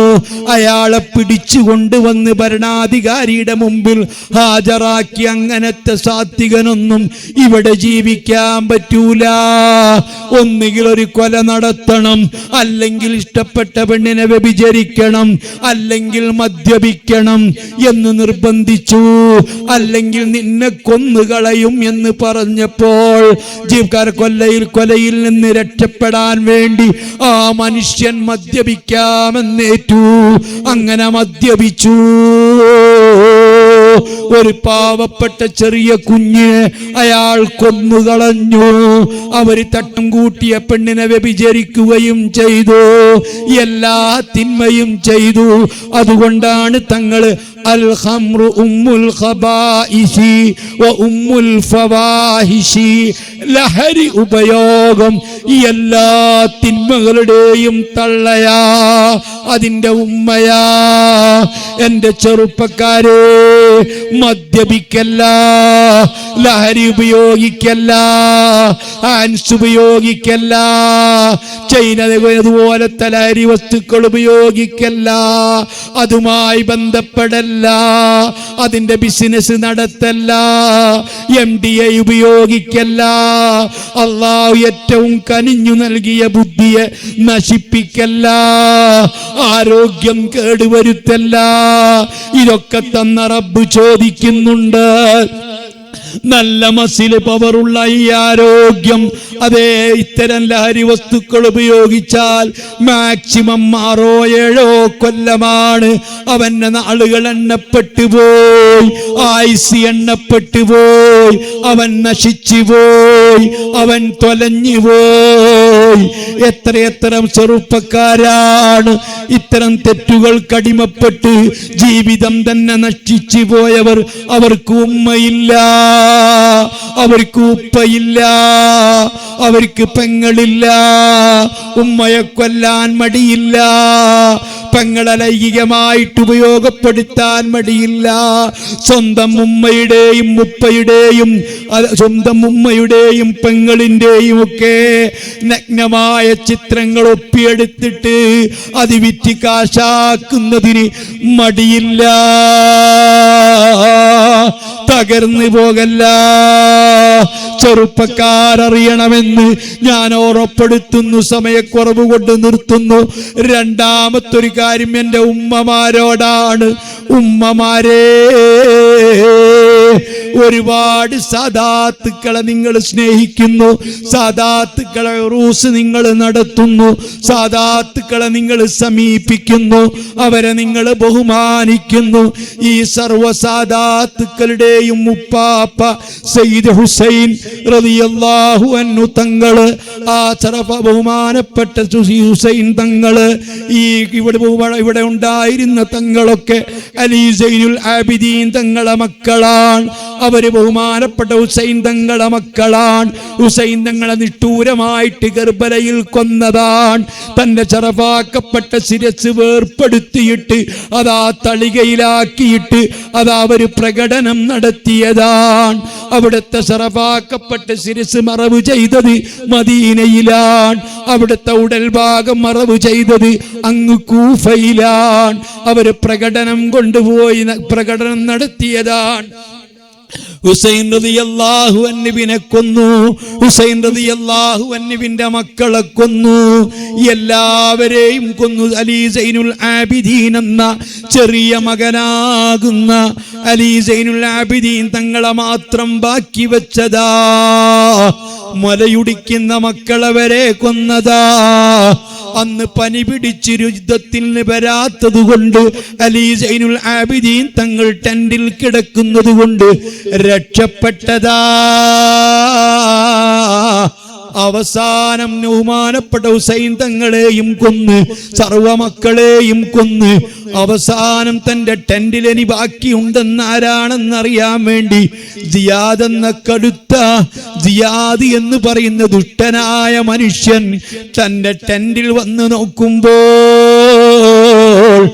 ഏതാനും സ്ത്രീകളാ. ബീവി സൈനബ ഹുസൈൻ തങ്ങളെ പെങ്ങളാണ്. ഹുസൈൻ തങ്ങളെ ഭാര്യ ഷഹർബാനാണ്. ഇവരാണ് അവിടെ ഉണ്ടായിരുന്നത്. അലി സൈനുൽ ആബിദീൻ തങ്ങളെ കൊല്ലാൻ വേണ്ടി ഒരുങ്ങിയപ്പോ അമ്മായി സൈനബ ബീവി ബഹുമാനപ്പെട്ട അലി സൈനുൽ ആബിദീൻ തങ്ങളെ ശരീരത്തിലങ്ങ് മലർന്നു കിടന്നിട്ട് എന്നെ കൊല്ലാതെ എൻ്റെ ആങ്ങളയുടെ മകൻ അലി സൈനുൽ ആബിദീനെ തൊടാൻ പറ്റില്ല. ആ രൂപത്തിൽ ബാക്കിയായതാണ്. അവസാനം ബഹുമാനപ്പെട്ട ഹുസൈൻ റളിയല്ലാഹു അൻഹു തങ്ങളുടെ ഭാര്യയെ ആ മുഖമൂടി അങ്ങ് പൊക്കിയപ്പോൾ അതുവരെ മിണ്ടാത്ത മഹദി അല്ലാ അല്ലാ തന്റെ ഭർത്താവിനെ കൊന്നു, തന്റെ മക്കളെ കൊന്നു, തന്റെ കുടുംബത്തിൽപ്പെട്ട 60-ൽ ചില്ലാനം ആളുകളെയും കൊന്നിട്ട് ഒരക്ഷരം മിണ്ടിയില്ല. മിണ്ടാത്ത ബഹുമാനപ്പെട്ട ബീവി ചോദിച്ചു, ആരടാ എന്റെ മൂടുപടമുയർത്താൻ നിനക്ക് അനുവാദം തന്നത്? അങ്ങ് പൊട്ടിത്തെറിച്ചു. ഭർത്താവിനെ നിഷ്കരുണം കൊന്നപ്പോഴില്ലാത്ത പൊട്ടിത്തെറി, മക്കളെ കൊന്നപ്പോഴില്ലാത്ത പൊട്ടിത്തെറി, തന്റെ കുടുംബത്തിൽ കൊന്ന ആരെ കൊന്നപ്പോഴുമില്ലാത്ത പൊട്ടിത്തെറി, തന്റെ മൂടുപടം അങ്ങ് പൊക്കിയപ്പോൾ, വാളിന്റെ തുഞ്ചം കൊണ്ട് പൊക്കിയപ്പോൾ അങ്ങ് പൊട്ടിത്തെറിച്ചു. സുബ്ഹാനല്ലാഹ്. അങ്ങനെ ബഹുമാനപ്പെട്ട സയ്യിദ് ബീവി അവറുകളുടെ ആ വസ്ത്രം തലയെ ശിരാവസ്ത്രം മുഴുവനും ഊരിയിട്ട് ആ ഒട്ടകത്തിന്റെ പുറത്ത് കഴുതപ്പുറത്ത് ബഹുമാനപ്പെട്ട മഹദിയെയും മകൻ അലി സൈനുൽ ആബിദിനെയും അപ്പുറത്തും ഇപ്പുറത്തും വെച്ച് കെട്ടിയതാണ്. ആ കോവർ കഴുതയുടെ തൊട്ടു മുൻപിൽ ഹുസൈൻ തങ്ങളെ ശറഫാക്കപ്പെട്ട ശിരസ് ഒരു പാത്രത്തിലാക്കി കെട്ടിവെച്ചതാണ്. പ്രകടനമായി മദീനയിൽ കൊണ്ടുപോവുകയാ. സുബ്ഹാനല്ലാഹ്. ഇതിനൊക്കെ നേതൃത്വം കൊടുത്തിരുന്ന യസീദ്, മുആവിയയുടെ മകൻ മുആവിയത്ത് റളിയല്ലാഹു അൻഹുവിന്റെ മകൻ യസീദ് പൊട്ടിക്കരഞ്ഞു. ഞാനിത് ഉദ്ദേശിച്ചതല്ല. ആദരവോടുകൂടി മദീനക്കാർ ഹുസൈൻ തങ്ങളെ കഥാ ശിരസ് ജന്നത്തുൽ ബഖീൽ മറവ് ചെയ്തു. കാലചക്രം നീങ്ങി, അധികാരം മാറി മാറി വന്നു. ബഹുമാനപ്പെട്ട ഖാലിദ് റളിയല്ലാഹു അൻഹു, അതേ ഖാലിദ് ഇബ്നു മഖ്ലദാണെന്ന് തോന്നുന്നു, അധികാരത്തിൽ വന്നു. കൂഫയിൽ അധികാരത്തിൽ വന്നപ്പോൾ അലി സൈനുൽ ആബിദീൻ തങ്ങൾക്ക് വലിയ സ്ഥാനം കൽപ്പിച്ചു. ഖാലിദ് ഇബ്നു മഖ്ലദ് അധികാരത്തിൽ വന്നപ്പോൾ ആദ്യം തന്റെ കോടതിയിൽ കേസ് വിളിച്ചത് ഹുസൈൻ തങ്ങളെ കൊന്നവരെയാ, ഹുസൈൻ തങ്ങളെ ഘാതകരെയാ. അവരെ മുഴുവനും ഹാജരാക്കി കോടതിയിൽ മദീനയിൽ നിന്ന് ബഹുമാനപ്പെട്ട ഹുസൈൻ തങ്ങളെ പ്രിയപ്പെട്ട ഭാര്യ സയ്യിദത്തി ബീവിയെയും കൊണ്ടുവന്നു. അതാ നിങ്ങളോട് മാപ്പ് ചോദിക്കുന്നു. നിങ്ങളെ ഭർത്താവിനെ കൊന്നവരെ, നിങ്ങളെ മക്കളെ കൊന്നവരെ അവരെ മുഴുവനും കോടതിയിൽ ഹാജരാക്കിയിട്ടുണ്ട്. നിങ്ങൾ ഉദ്ദേശിക്കുന്ന വിധി നമ്മൾ വിധിക്കാൻ പോവുകയാ. ഈ സമയത്ത് ബഹുമാനപ്പെട്ട ഉമ്മമാരെ, ബീവി ഷഹർബാൻ പറഞ്ഞൊരു വാക്കുണ്ട്, എനിക്ക് പരാതിയില്ല. പക്ഷേ ഒരു കാര്യമുണ്ട്, എൻ്റെ ഭർത്താവ് ഹുസൈൻ തങ്ങളെ നിഷ്കരുണം കൊന്നതിന് ഞാൻ ക്ഷമിച്ചേക്കാം. സരഹദേ യൂഫ്രട്ടീസിൽ നിന്ന് നായകളും പട്ടികളും വെള്ളം കുടിക്കുമ്പോൾ എൻ്റെ ഭർത്താവ് ഹുസൈൻ തങ്ങൾക്കൊരു തുള്ളി ദാഹജലം കൊടുത്തില്ല, ഞാൻ ക്ഷമിച്ചേക്കാം. എൻ്റെ പിഞ്ചു പൈതൽ മാർവിടത്തിൽ കിടക്കുന്ന പിഞ്ചു പൈതലിനെ ഒരു തുള്ളി ദാഹജലത്തിന് വേണ്ടി പൊക്കി പിടിച്ച് നിങ്ങളോട് ചോദിച്ചപ്പോ കരഞ്ഞുകൊണ്ടിരിക്കുന്ന കുഞ്ഞിൻ്റെ വായിലേക്ക് അസ്ത്രം തൊടുത്തു വിട്ട് കൊന്നത് ഞാൻ ക്ഷമിച്ചേക്കാം, ഞാൻ പൊറുത്തേക്കാം. പക്ഷേ ഒരു കാര്യം ഞാൻ പൊറുക്കുകയില്ല. ഇവിടുന്ന് മദീന വരെ ആയിരക്കണക്കിന് കിലോമീറ്ററുകള് എന്നെ ഒട്ടകത്തിന് എൻ്റെ കഴുതപ്പുറത്ത് എന്നെ കെട്ടിയിട്ട് എൻ്റെ തലമുടിയും എൻ്റെ മുഖവും പ്രത്യക്ഷപ്പെടുത്തിയിട്ട് അത് വെളിവാക്കിയിട്ട് ആയിരക്കണക്കിന് ആളുകൾക്ക് എൻ്റെ മുഖം കാണിച്ചു കൊടുത്തത്, എൻ്റെ തലമുടി കാണിച്ചു കൊടുത്തത് ഞാനത് പൊറുക്കൂല, ഞാനത് ക്ഷമിക്കൂല, ഞാനത് സഹിക്കൂല. ഈമാനുള്ള പെണ്ണുങ്ങളെ, ഈമാനുള്ള പ്രിയപ്പെട്ട സഹോദരി, നീ വസ്ത്രം മറച്ചിട്ടോ മറക്കാതെയോ, മൂടുമടം ധരിച്ചിട്ടോ ധരിക്കാതെയോ, മുടി മറച്ചിട്ടോ മറക്കാതെയോ, കവിള് മറച്ചിട്ടോ മറക്കാതെയോ, ആയിരക്കണക്കിന് ആളുകൾ പുരുഷന്മാരുടെ ഇടയിൽ കൂടി നീ ചെത്തിപ്പൊളിച്ച് നടക്കുന്നത് ഈ മഹതിയായ സയ്യിദത്തി ബീവിയുടെ ആത്മാവ് കിടന്ന് പെടക്കുകയാ. തകരല്ല പെണ്ണേ, നശിക്കല്ല പെണ്ണേ, ദുഷിക്കല്ല പെണ്ണേ, അല്ലാന്റെ ദീന് കൈയൊഴിയല്ല പെണ്ണേ. നിനക്കവരോടൊപ്പം സാവസിക്കണ്ടേ, അവര് നിനക്ക് റെക്കമെൻഡ് ചെയ്യണ്ടേ, അവര് നിന്നെ കാണുമ്പോൾ പരിഗണിക്കണ്ടേ, റസൂലിന്റെ ശഫാഅത്ത് കിട്ടണ്ടേ, അവിടുത്തെ മക്കളെ പൊരുത്തം കിട്ടണ്ടേ.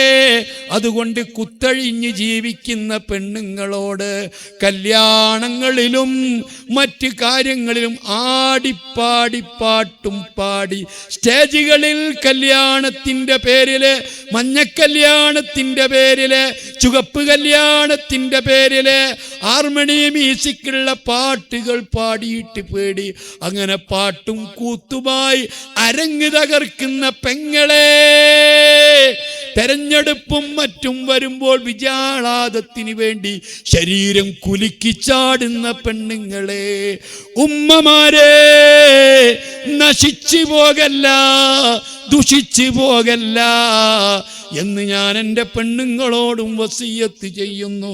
അർഹമുർറാഹിമീനായ അൽ മലിക്കുൽ ജബ്ബാറായ സർവാധിനാഥനായ അല്ലാഹു നമുക്കൊക്കെ ഹിദായത്ത് നൽകട്ടെ, ഈമാൻ ഏറ്റിത്തരട്ടെ, പറയാനും പഠിക്കാനും പ്രവർത്തിക്കാനും അല്ലാഹ് തൗഫീഖ് നൽകട്ടെ.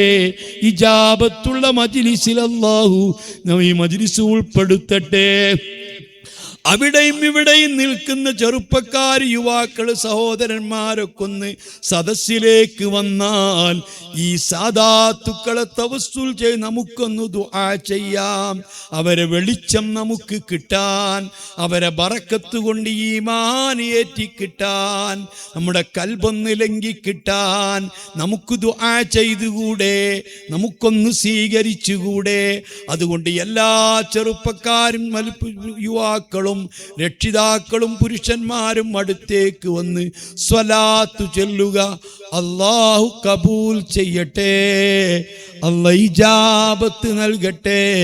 ഇതൊക്കെ പറയാൻ അല്ലാഹു തൗഫീക്ക് തന്നില്ലേ?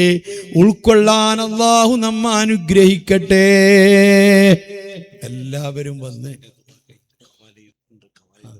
ഇത് കഴിഞ്ഞിട്ട് കവാലി നടക്കാനുണ്ട്, തീർന്നിട്ടില്ല. ഉടുപ്പി ടീമാണ് അപ്പോൾ അതുകൊണ്ട് എല്ലാവരും വിട്ടുള്ളവരൊക്കെ ഒന്ന് അടുത്തേക്ക് വന്നോളി. അല്ലാഹു തആല നമ്മുടെ സദസ്സ് കബൂൽ ചെയ്യുമാറാവട്ടെ. എല്ലാവരും അവൻ്റെ ഉള്ളിൽ കയ്യിൽ കരുതിയ സദക്ക തരിക.